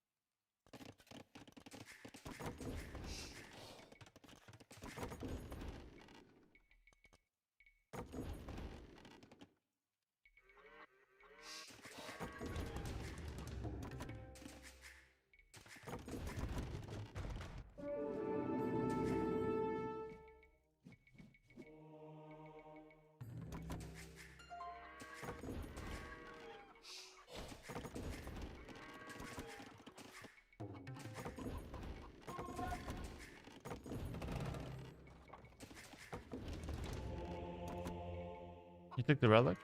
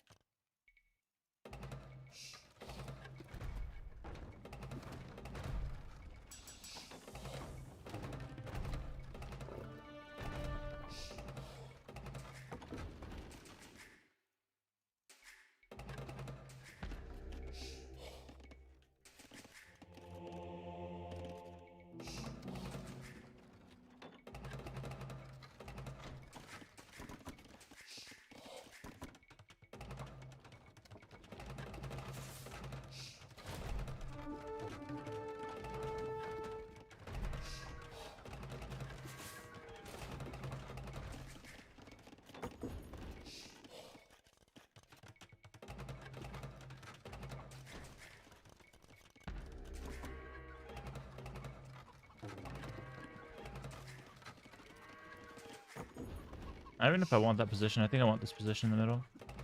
Oh.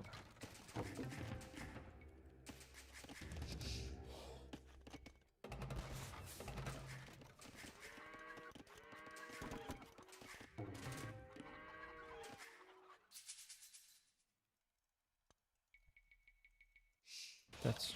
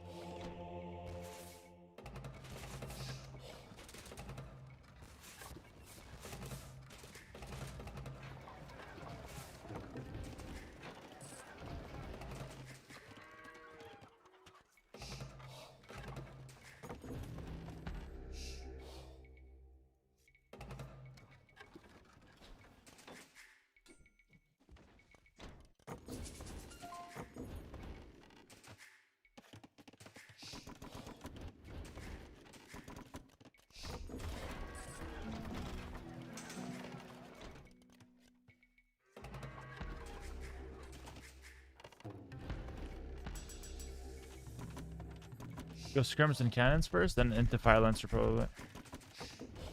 It should be really hard for him to stop.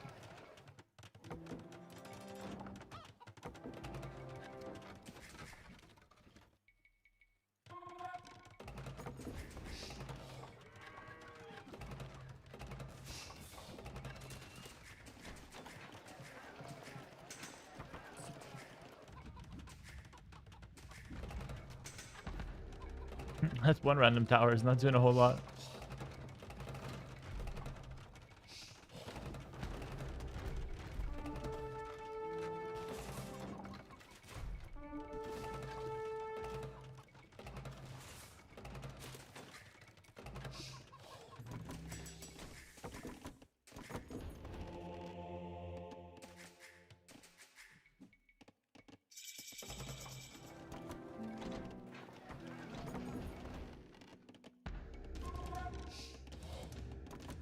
Actually, I already have the one workshop. I don't think I need more.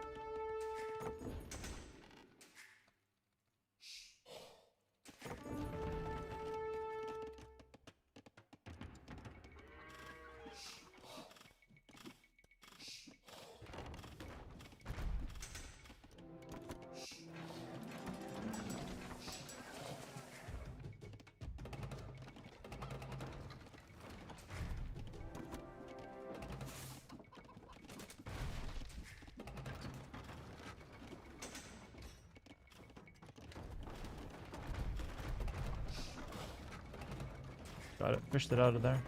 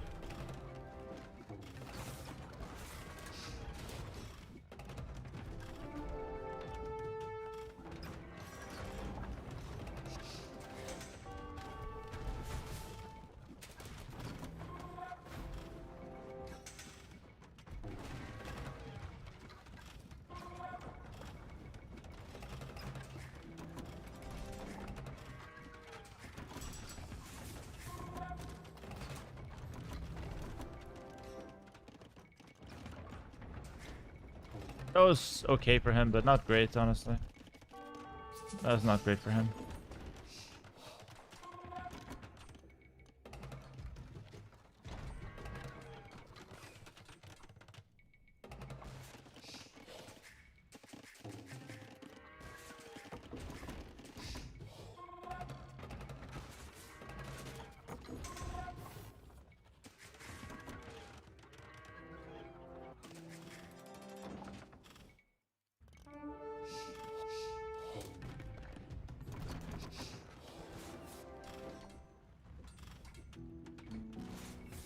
arrow slit so I can start towering.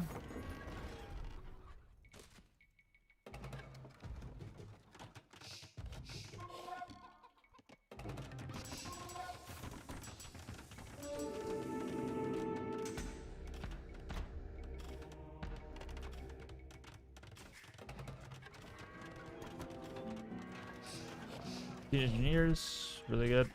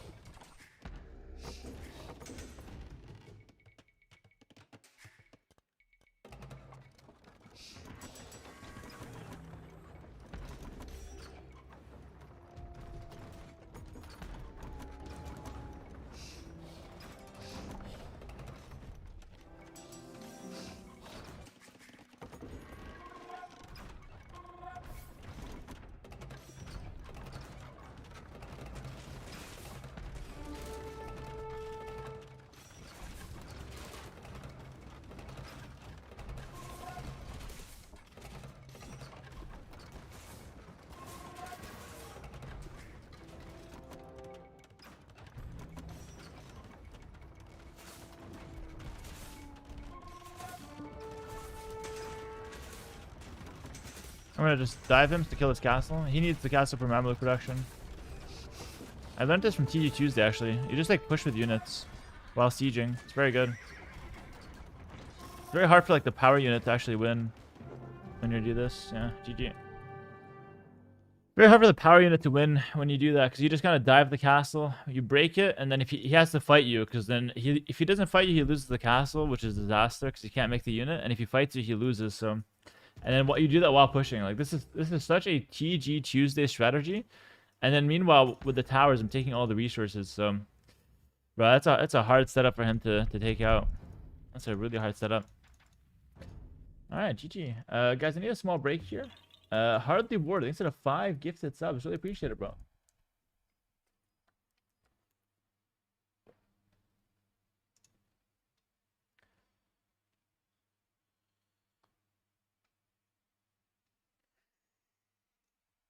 Thank you so much, Hardly Yard. Appreciate that. Be right back.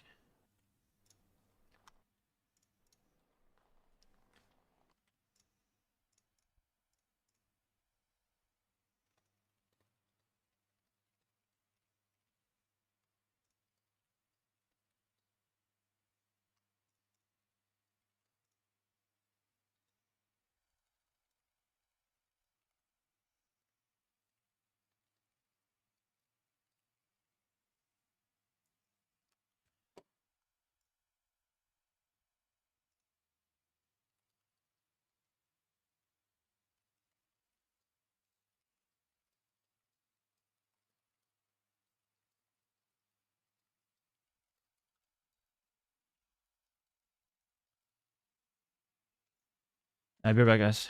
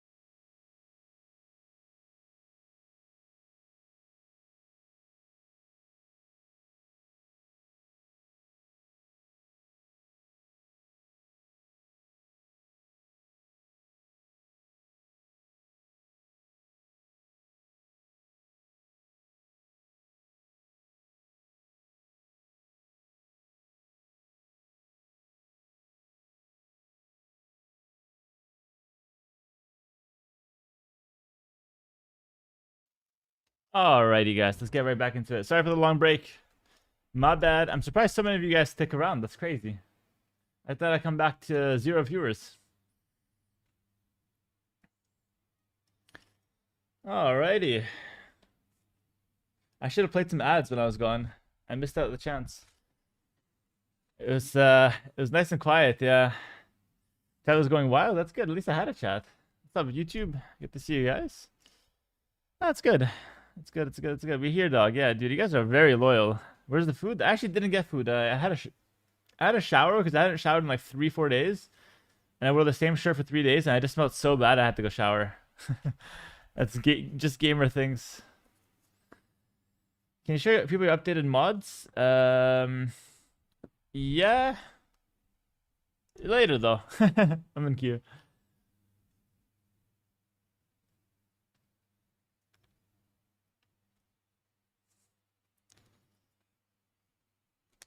Yeah, I didn't get food actually.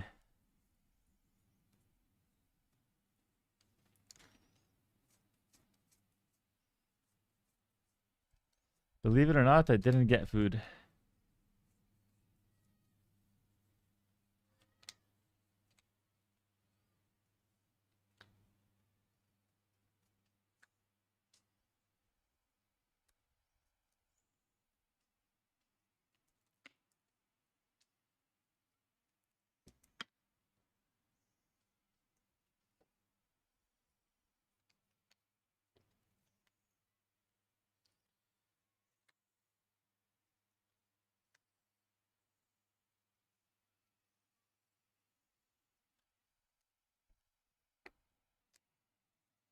Hey champ, can you do a fortress now? Or maybe a mine plumed fortress? Nah, no fortress right now.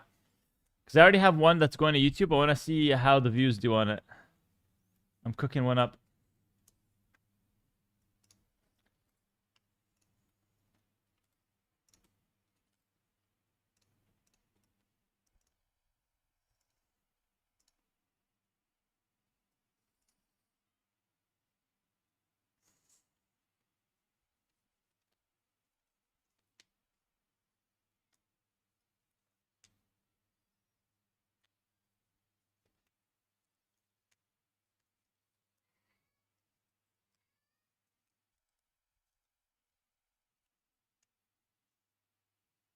What foods do you normally eat in the shower? What are these questions? Yo, Gorilla, thanks to the 12 months. Appreciate it. Gorilla MTG.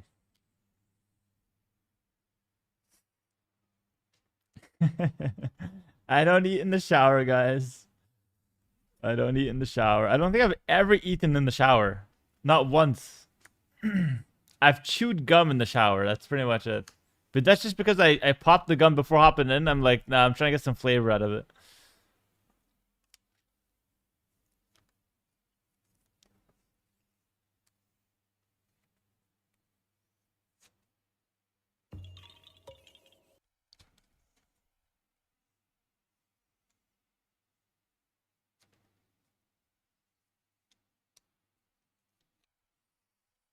Yo, Barnett, what's up? Thanks for 16 months. Appreciate it, bro.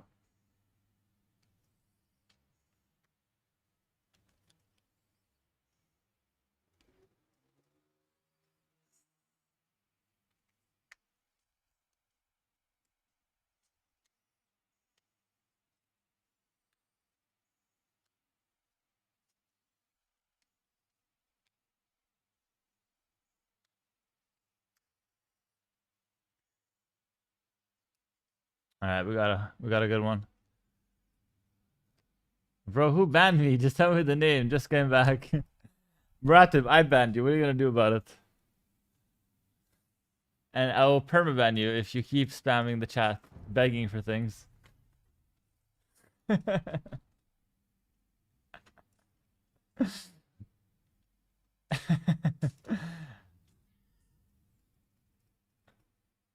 Hello, Bloody Slimo. What's up? Do you smoke or vape? No, I don't smoke. I don't vape. I don't drink alcohol, and I don't do drugs. I just play video games and eat food.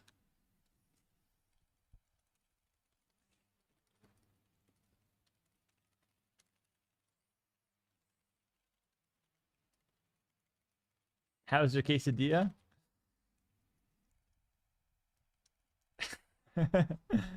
Huns or Slavs? We're playing against Le Williams.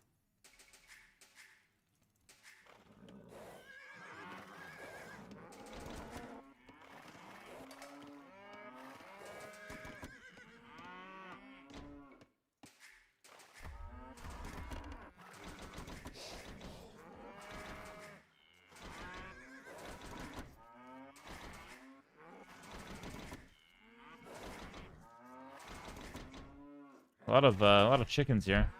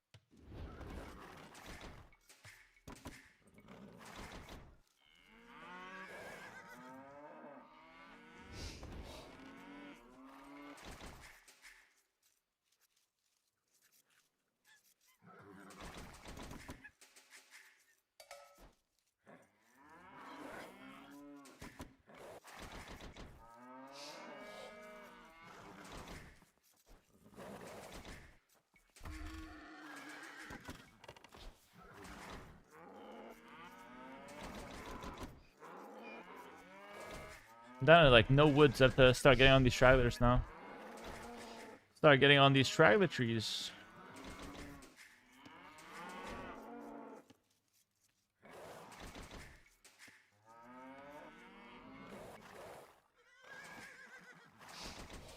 Which micro is the most addicting? I think crossbow micro is like the most addicting.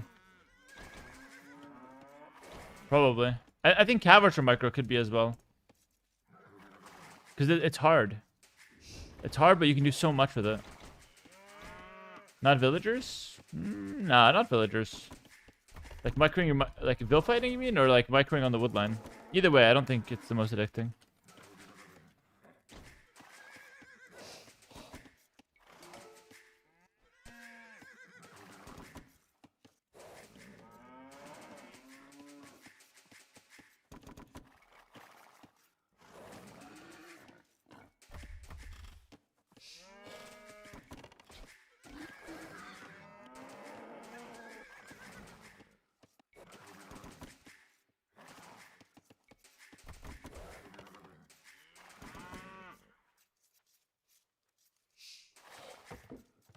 Is that the right lumber camp? Maybe this was better. I just defaulted to the one in the back, but yeah, it's okay. I'm not unhappy with it. Chicken's in the corner.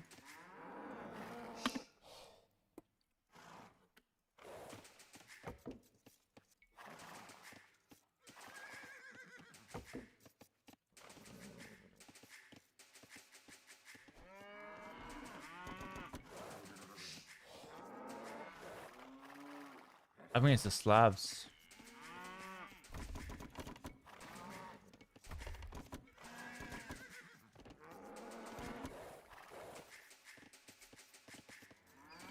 I'll skip Loom. He was too nice. He gave me the cow. He's not gonna be on the lookout for my villas without Loom. He's too nice of a guy. Let's abuse him. He might have infantry though. Is he getting Loom? No Loom for him? No, he just got it. So he just got it. He's up. He doesn't have infantry. Yeah, we have a good setup.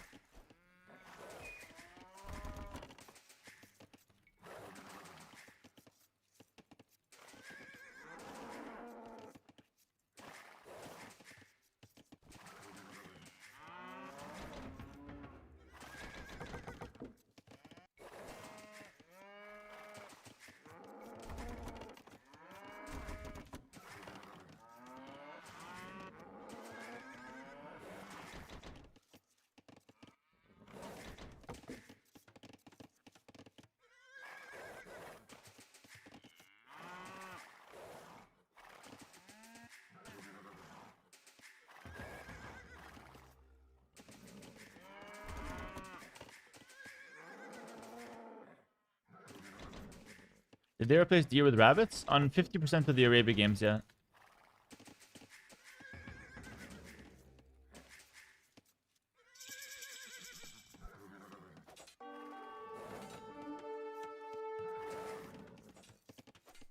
I was wrong. He's a nice guy, but he did hit my villager. Didn't matter though.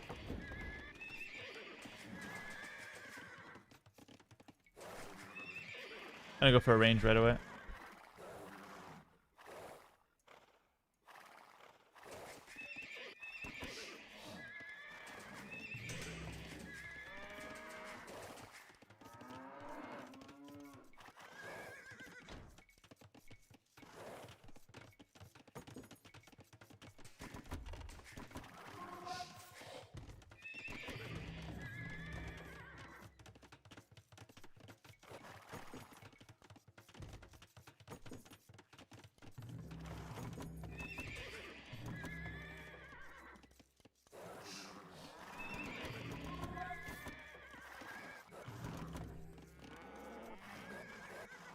I'm gonna counterattack and defend with the archers.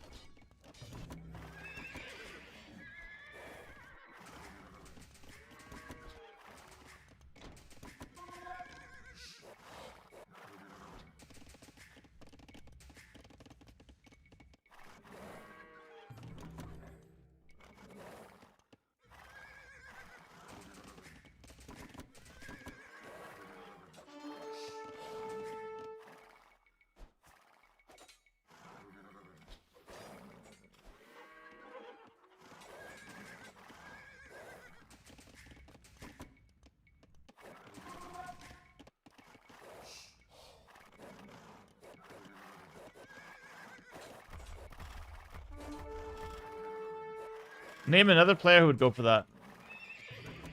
Come on now, chat. Name him.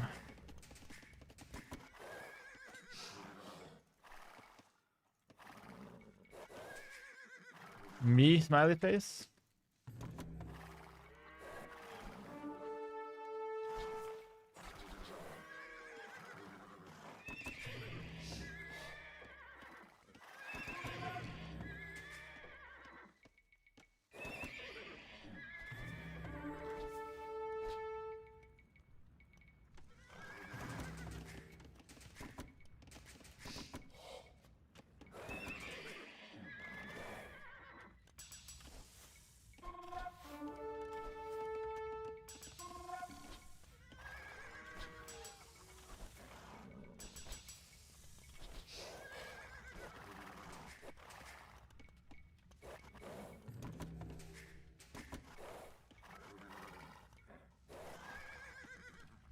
I had to bring my scouts back, just in case.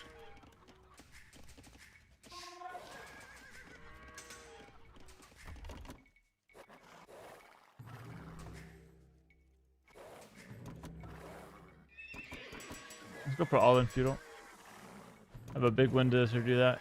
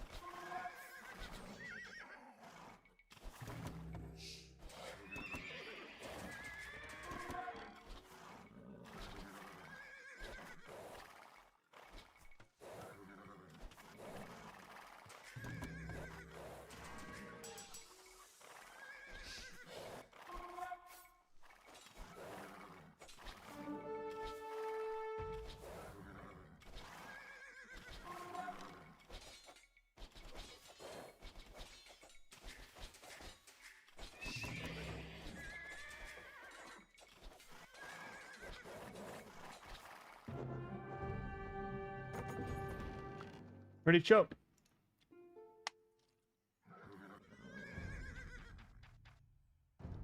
Not much to say there. It was a fun game though, actually. I really enjoyed those. I think the range right away was nice.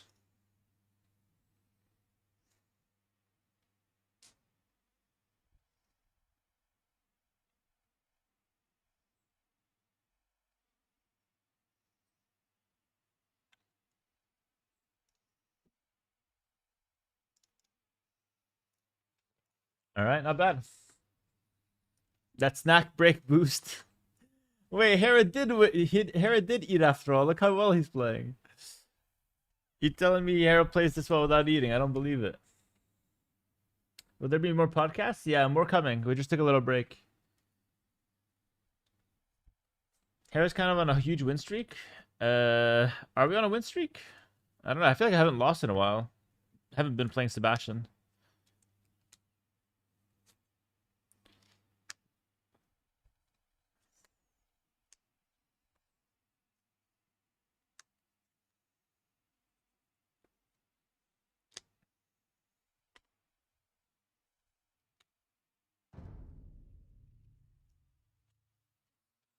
All right. Do you think you can make the upset happen next time you face Lewis? Maybe, man. I have to keep practicing until that day gets there.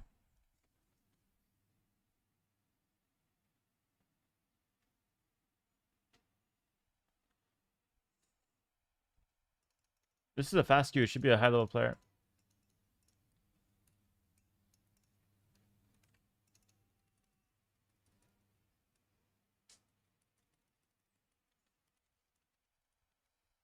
I like to get my sandwich bread really soggy before I eat it in the shower. Oh, that's disgusting. How did you even type that, bro? That's absolutely disgusting. Caspa. Mapuche versus the Wu. Ah, this game gives me zero happiness. I hate both of these civs.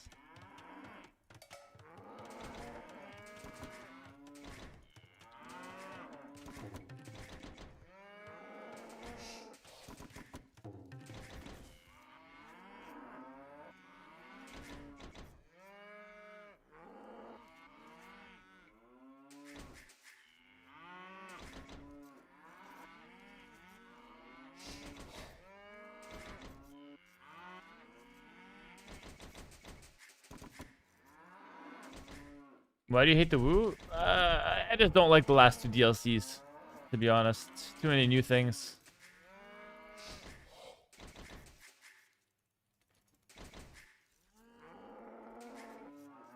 Give me my old classic civs. I didn't grow up with these civs.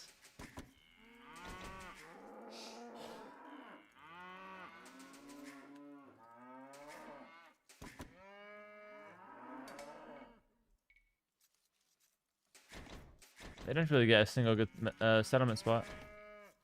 I just settle for this one. That's why they call it a settlement.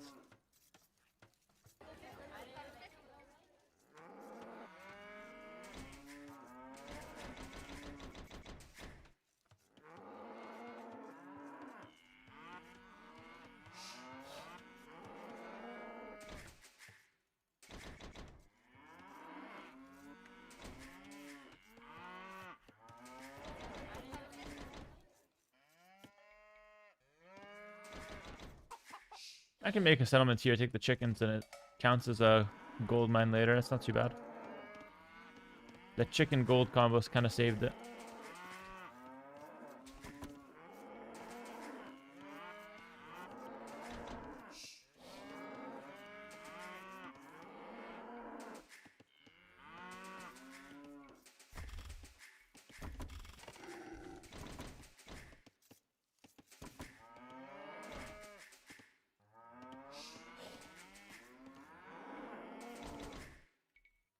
We can delete one civ or unit from the game. What should it be? Delete one civ? For competitive play, actually probably Mapuche, honestly. Hella annoying civ.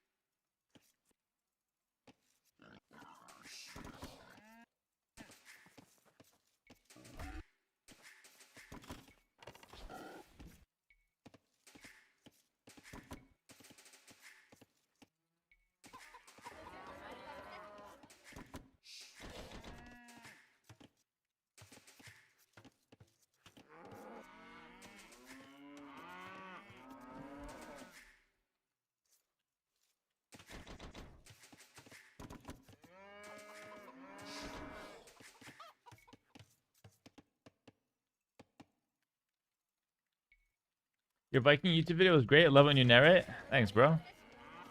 Glad you enjoyed it.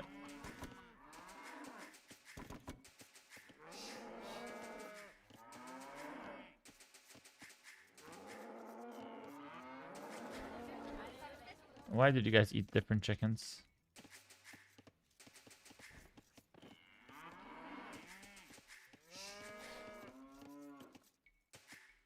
Was that something? Or was that a bird? No, something.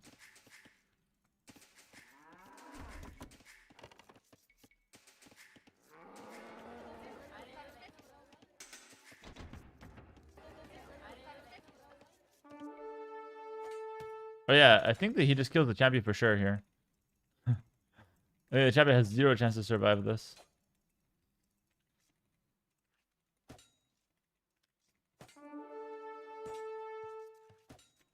I got good value on that guy though.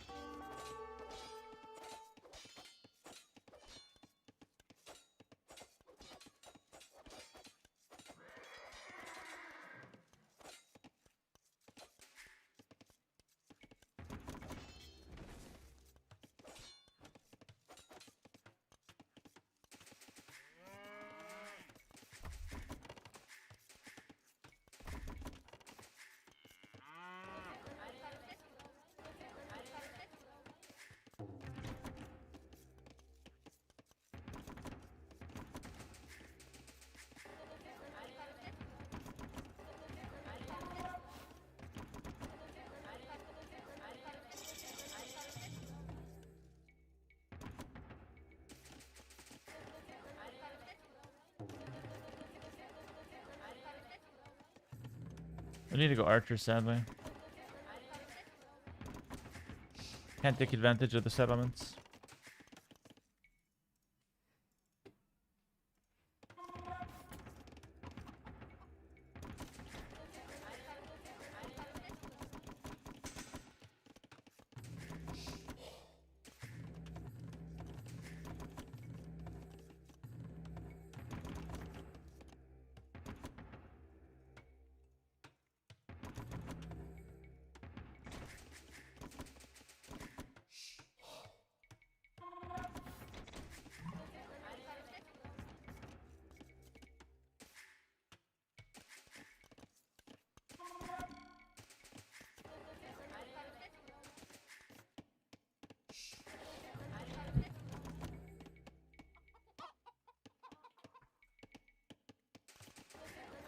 Not too much to be done.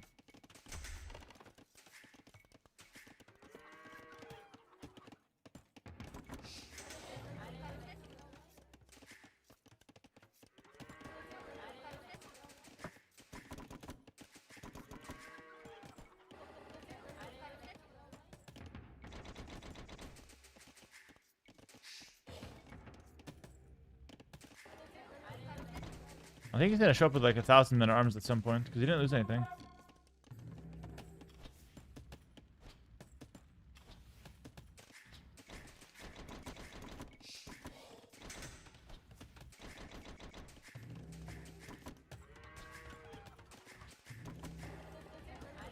Blacksmith, okay. This game looks like so much fun. Kind of reminds me of Stellaris. Yeah, what's up, Ron? This game is amazing, bro. I've been playing it for years. Never gets boring.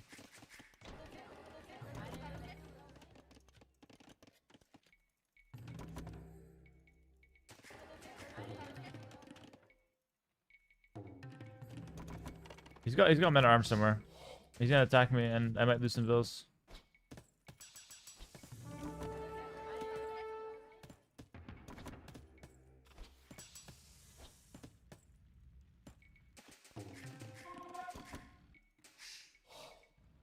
Let's try to find him.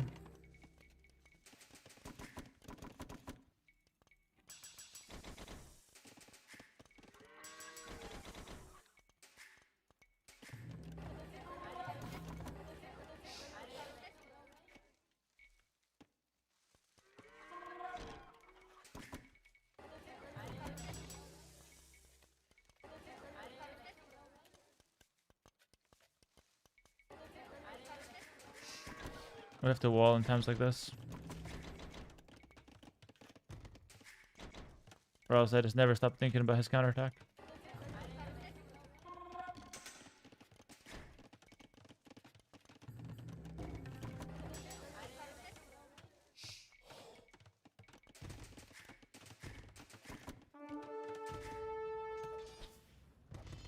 Okay, there they are.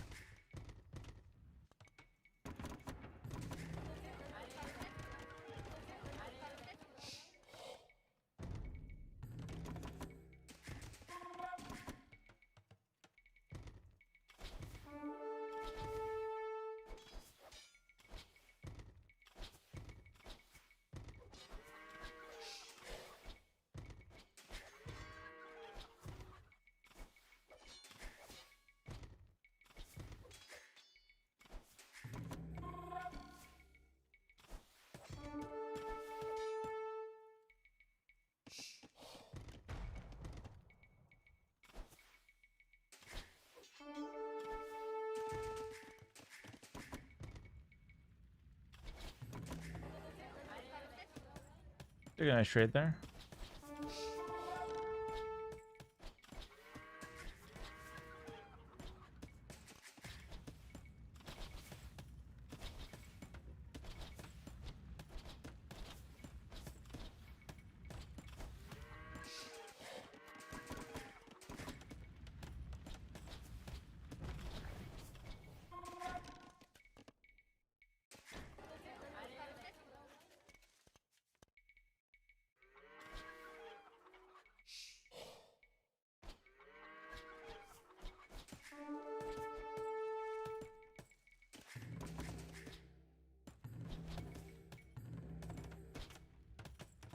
Well, some archers. So I'm gonna just tech away from archers here.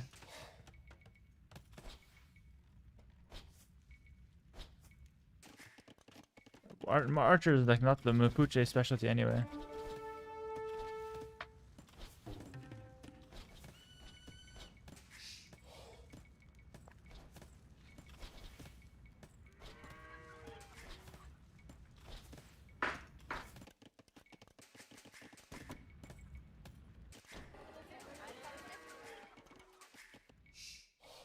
Wow, already up to next stage. Such a clean economy with those settlements.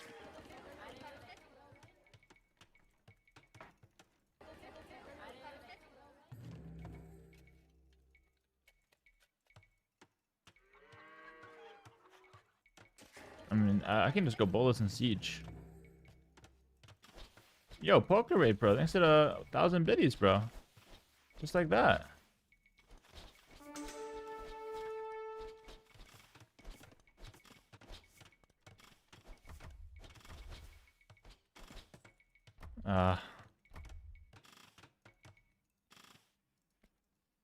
Wanted to get that last fill, but couldn't manage. No worries though. Pretty chill. Way to go for some bolus riders. Thank you, poker raid.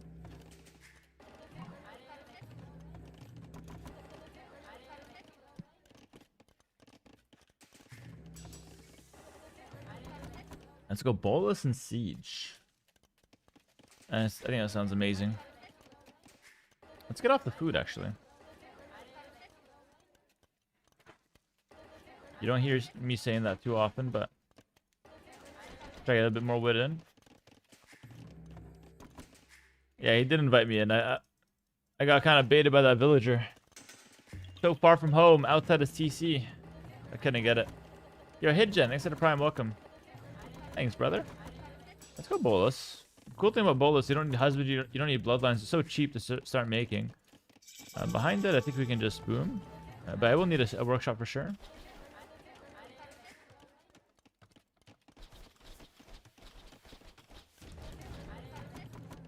Oh, Slinger. What's my bolus hockey? Oh, okay. Making a skirm by accident. Shit, this is kind of bad. I'm getting forced off on my wood. I have too much food. I gotta just get all my farms off. I gotta fix my economy.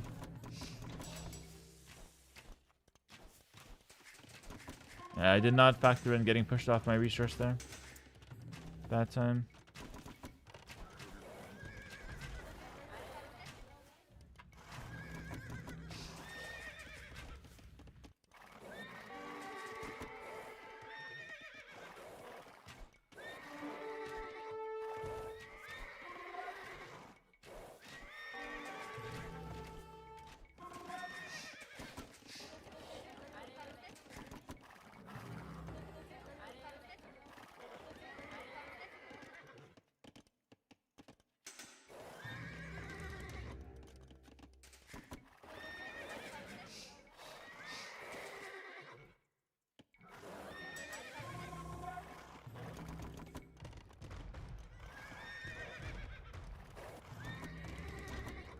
More gold. Let's just get a market, honestly. My economy's just messed up.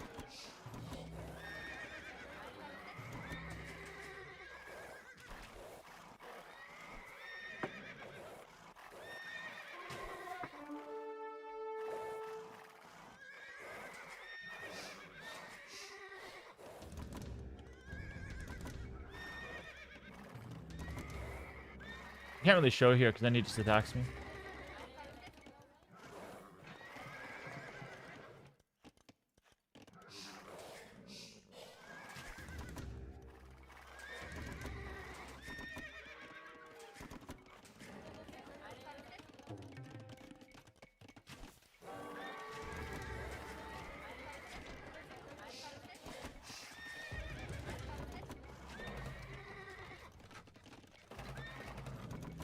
I think we can go for the clear up here.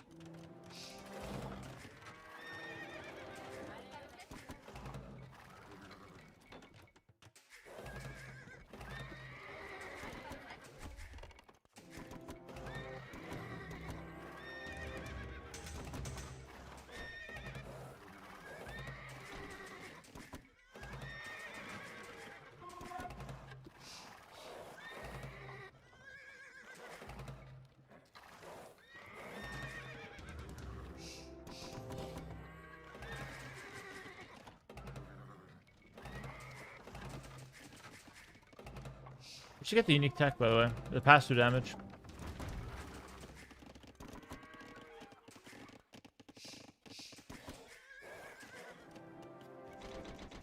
I think that should be an imp tech, the pass-through damage, by the way. I don't know why it's not an imp tech. They should swap the techs around.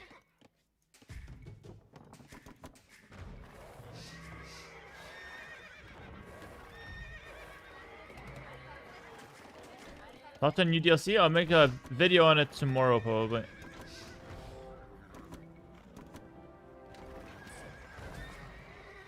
Like, we already recorded it, but I should get the editing done on it.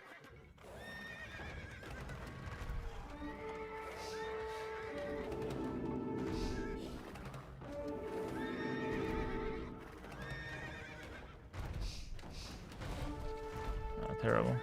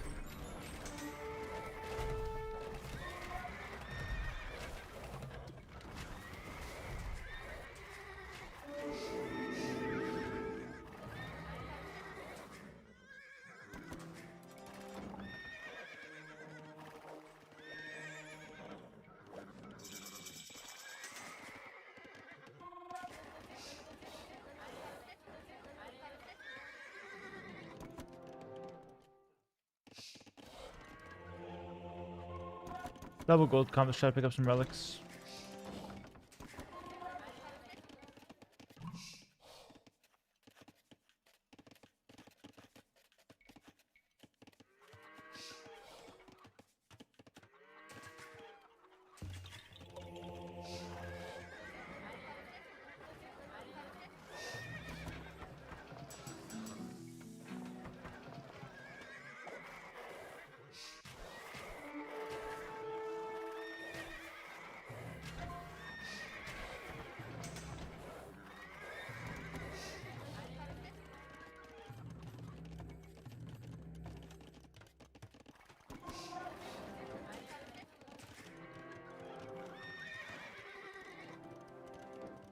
Team Castle unique units and Bolus Riders cost less. Okay.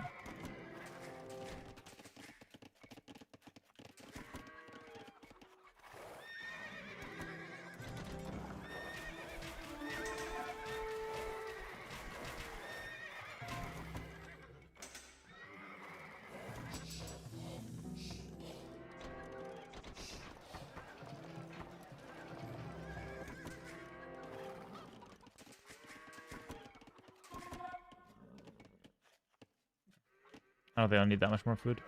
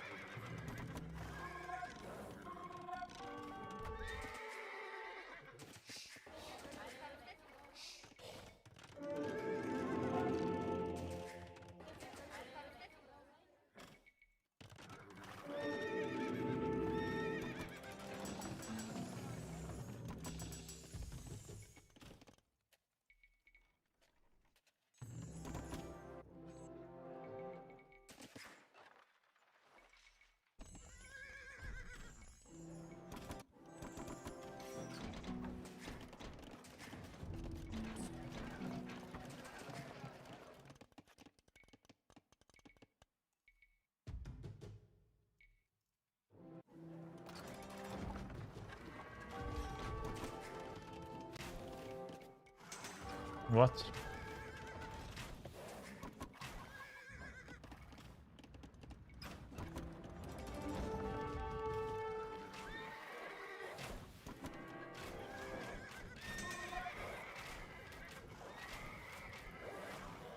Holy shit. Hera hype train.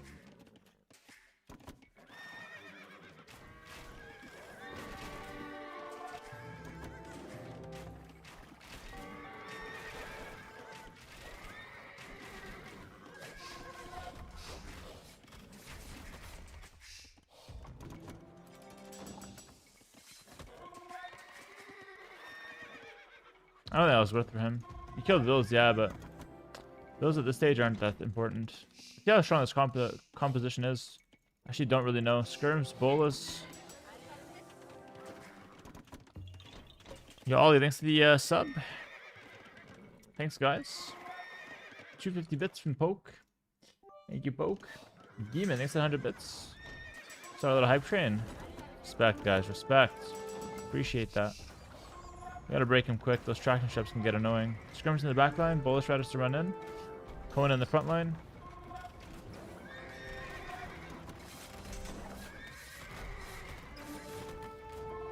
Crab is the siege unit.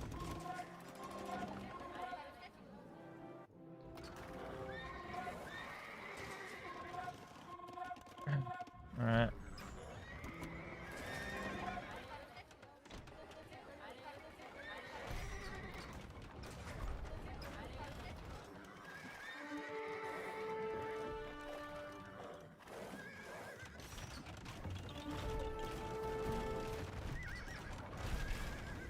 Those guys are quite strong.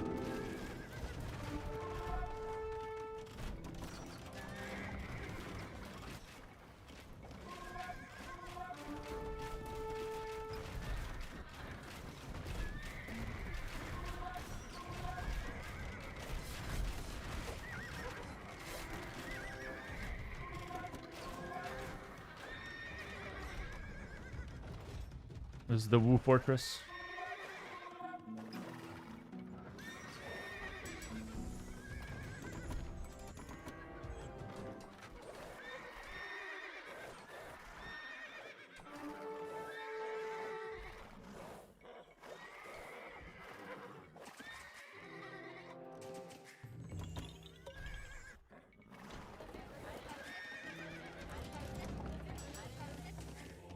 The monastery looks too much like a settlement. They need to make the monastery look a little different with these civs.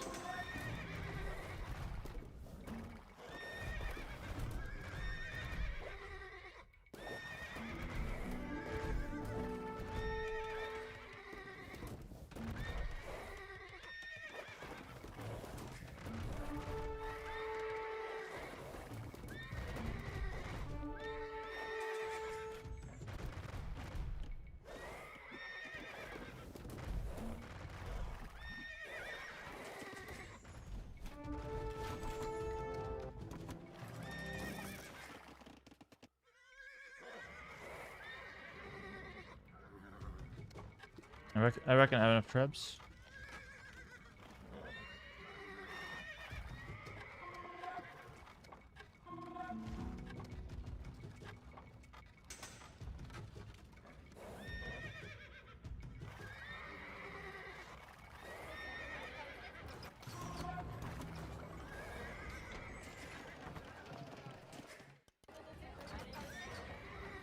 And that castle's not going up.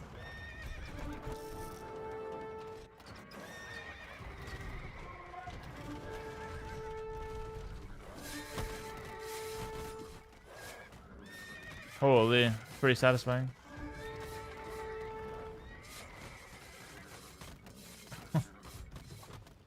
Holy. A lot of trebs, thanks man. Made them myself.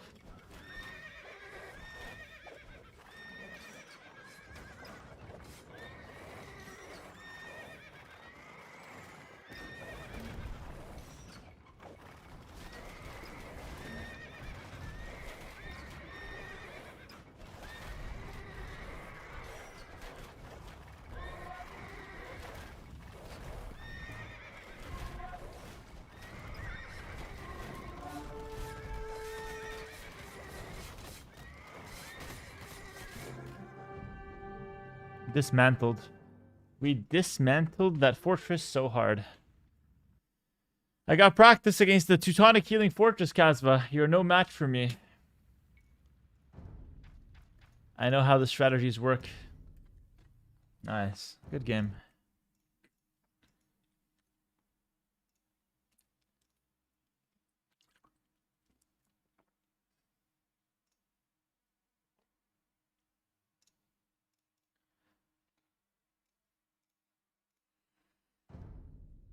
All right. Perfect.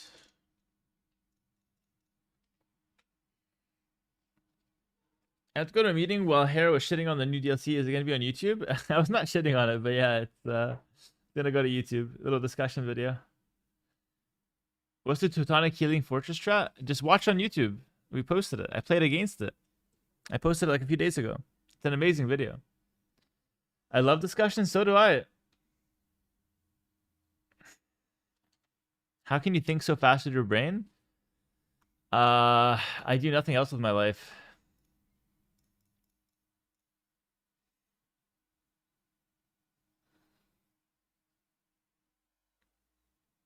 Do you take creatine? I took it for like 1 week and then I just forgot to take it, but I think it's good. I felt good when I was taking it.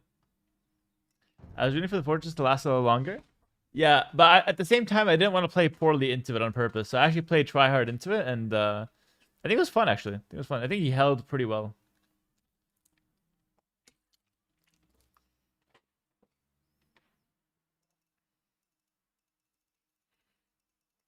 Hera winning is the only constant in my life. Good luck with the moving house, man. I wasn't here. New DLC. Yeah, they announced a Viking style DLC. It's coming soon though. It hasn't dropped yet. Vader's done. We had a little discussion video around it though.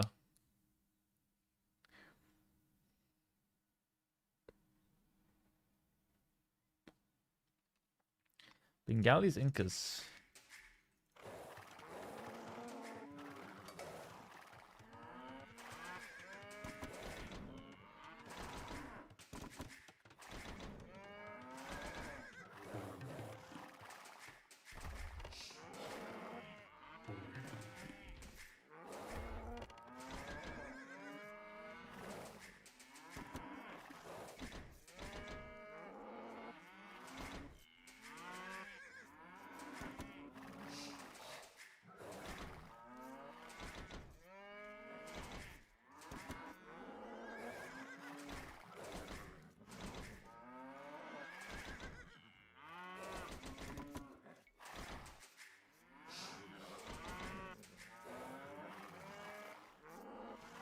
That's a big woodline. Wow, that's massive. Massive, massive woodline.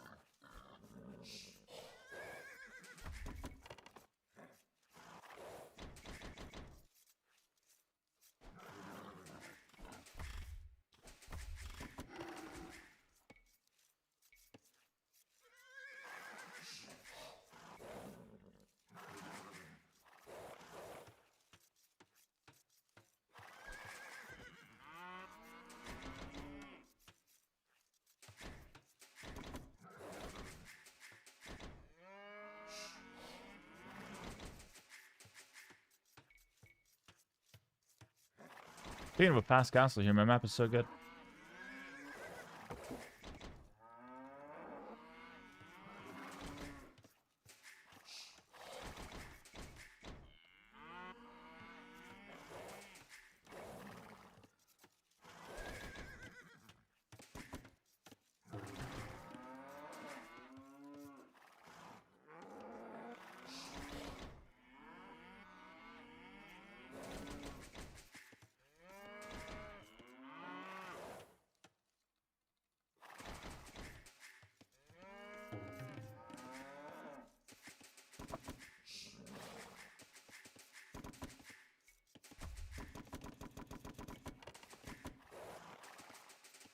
FC Monks would be really good with Incas. Yeah, you can post the link, Zero.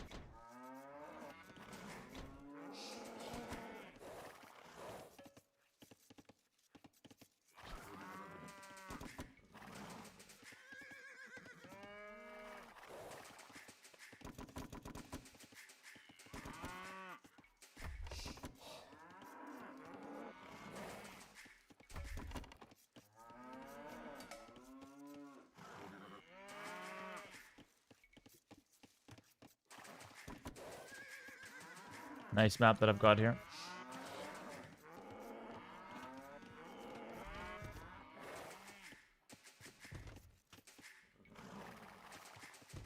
Oh, Roxy, what's up?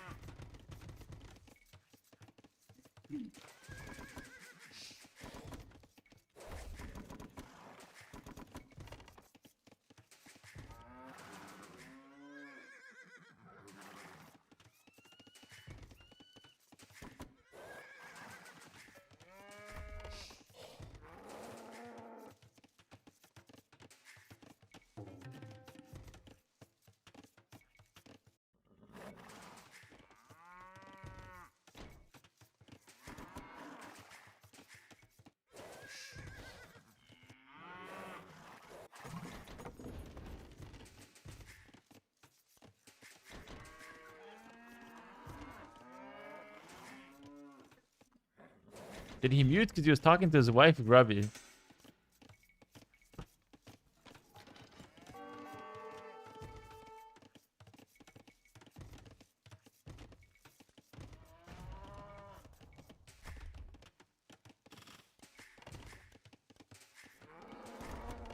You have to be a high level player to even understand what I just did there and why it was amazing.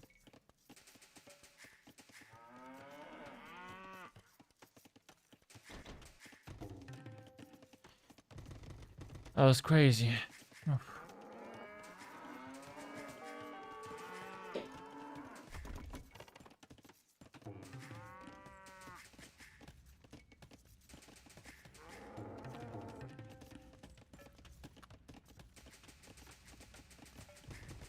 Hello, Saint Angelus. What's up? I'm doing great. What about you?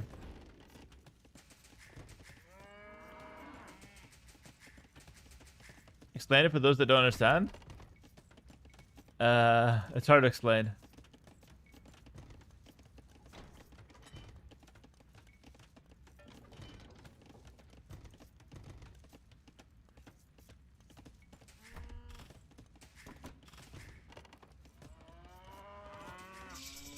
You wouldn't understand. No, you would understand, but it is hard to explain.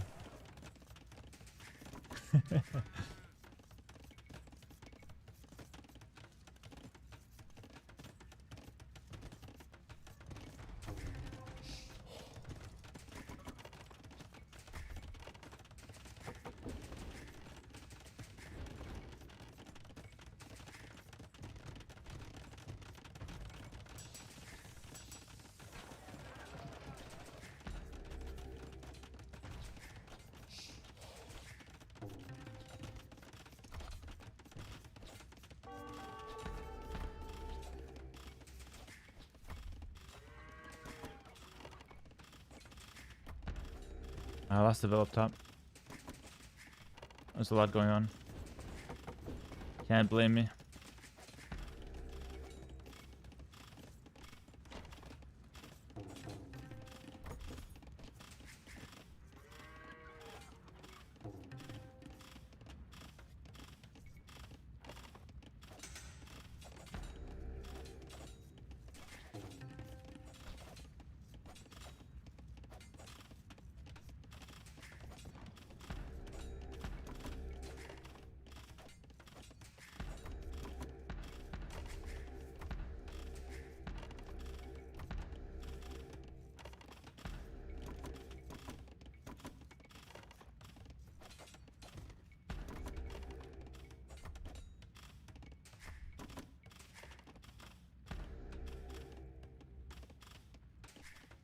Oh shit.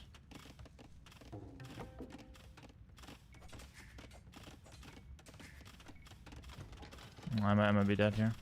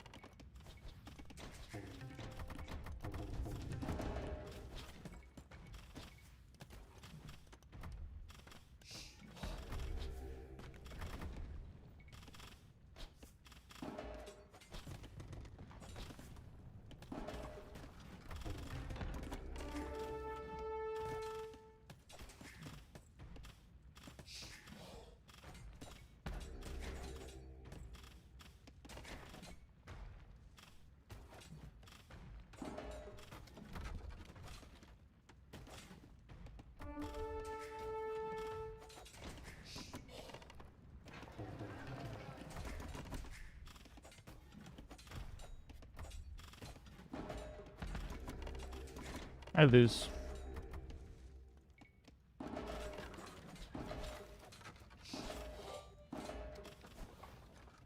Hera cheer, Hera winnable. Nah, it's over.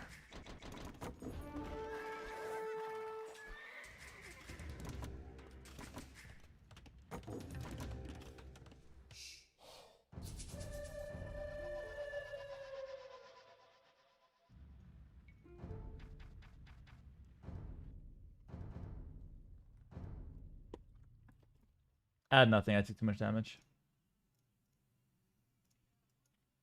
Fought to the last breath.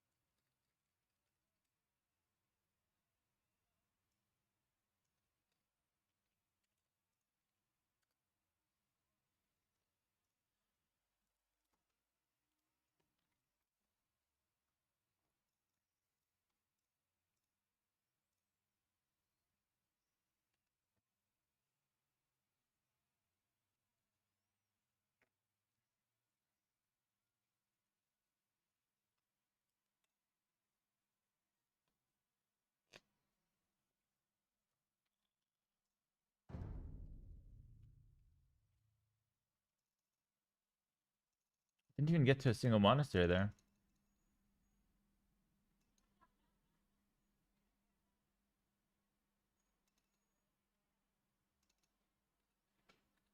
Didn't have the chance.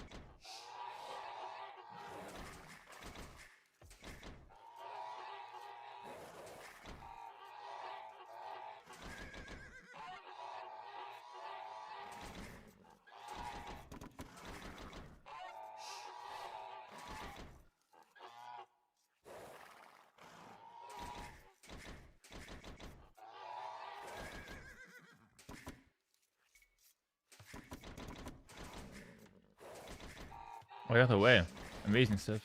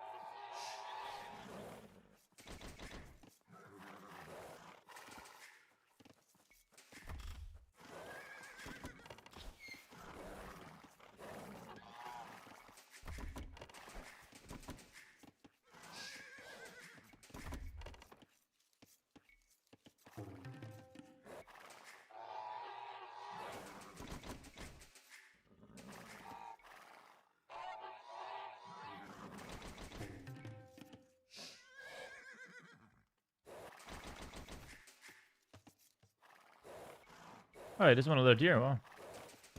Surprising.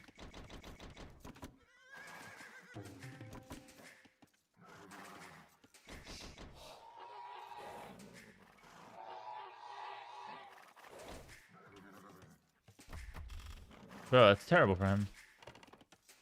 Oh, not so bad. If he lost a scout, that's really bad because he can't lure deer after that. But he just took some damage, so it's fine.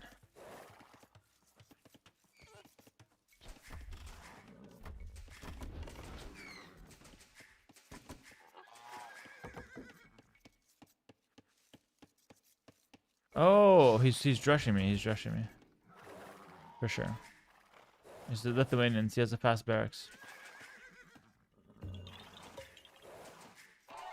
I'm gonna get lube one pop early just in case. The only reason he should be scouting me now anyway.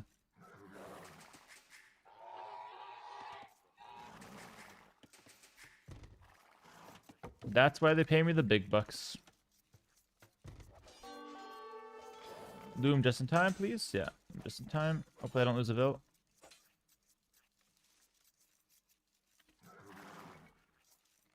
That is why they pay me the big bucks. Holy. What a read.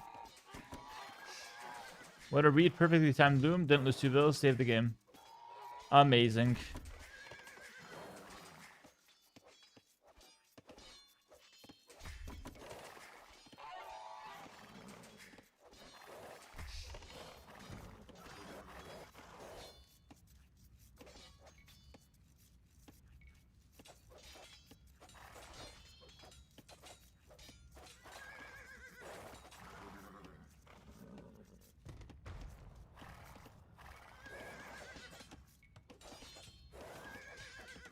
He does like the little stack shit.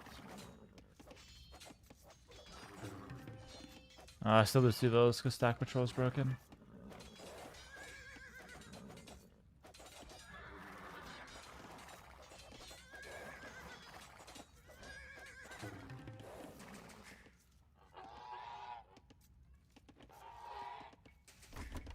Whatever, fine.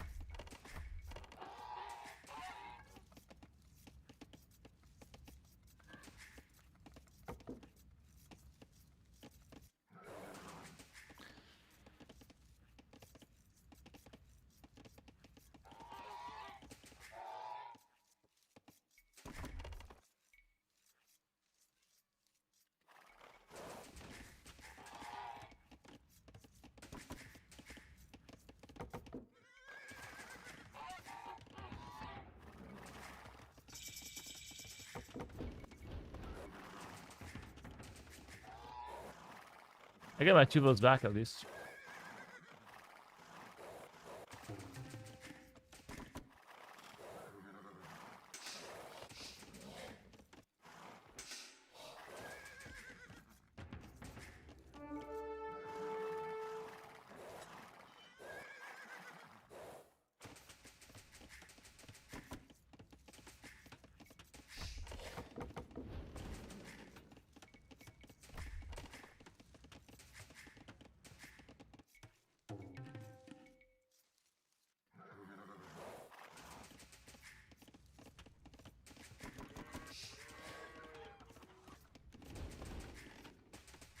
Not a scale.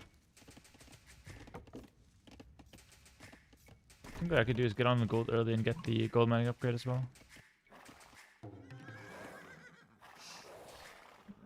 I should check what he's doing. I was gonna go back and lure deer, but I think I should check what he's doing. Because that's a pretty fast uptime. Like, that's not like a fast castle follow-up, so I think he's gonna have some army.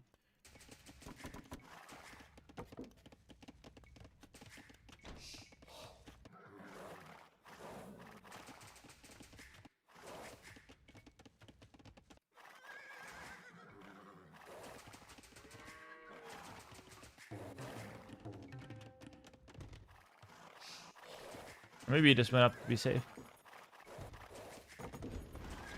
He made the spear to see what I'm doing. Let's get this so I can get extra bill. Abuse that way bonus.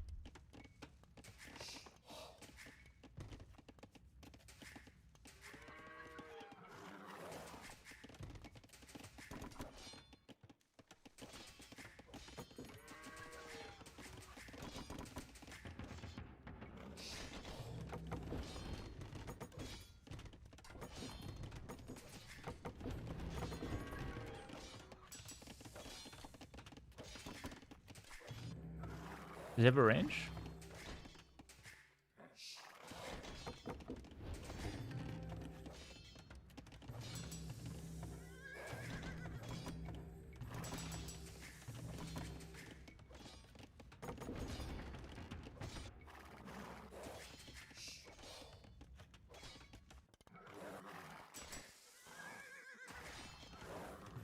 He's gonna tower me. Let's get sound watch.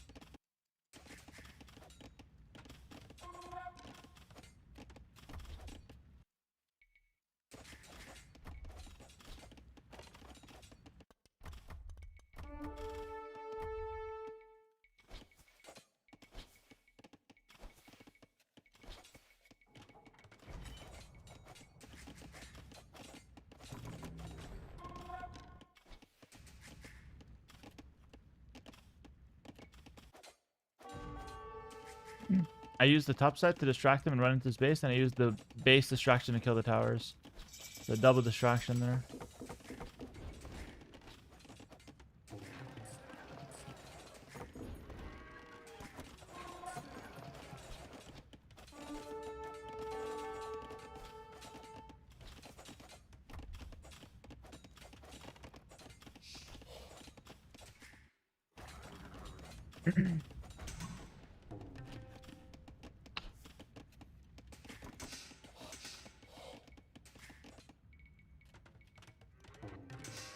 Lithuanians, we have to take the relics.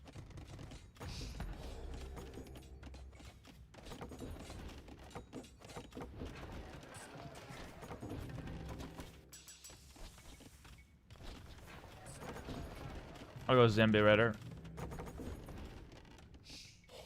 Yo, good night, Ollie. Take care, bro.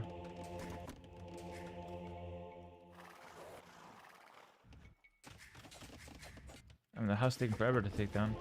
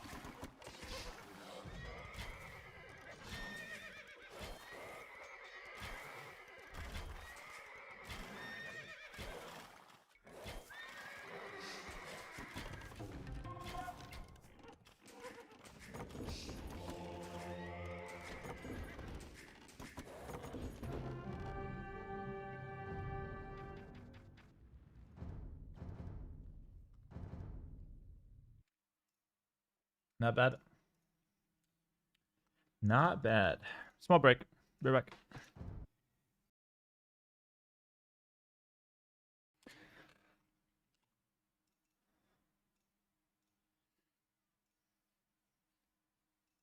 Actually, decent time to end the stream here, actually. Yeah, it's already 6:30 p.m. Yeah, let's end the stream, guys. Thanks for watching. I'll peace out right now. I'll be back on Saturday, all right? Take care, guys. Have a good night. Bye, everyone. Peace, peace, peace. Thanks for watching. Thanks for the subs and support. Legends. Peace.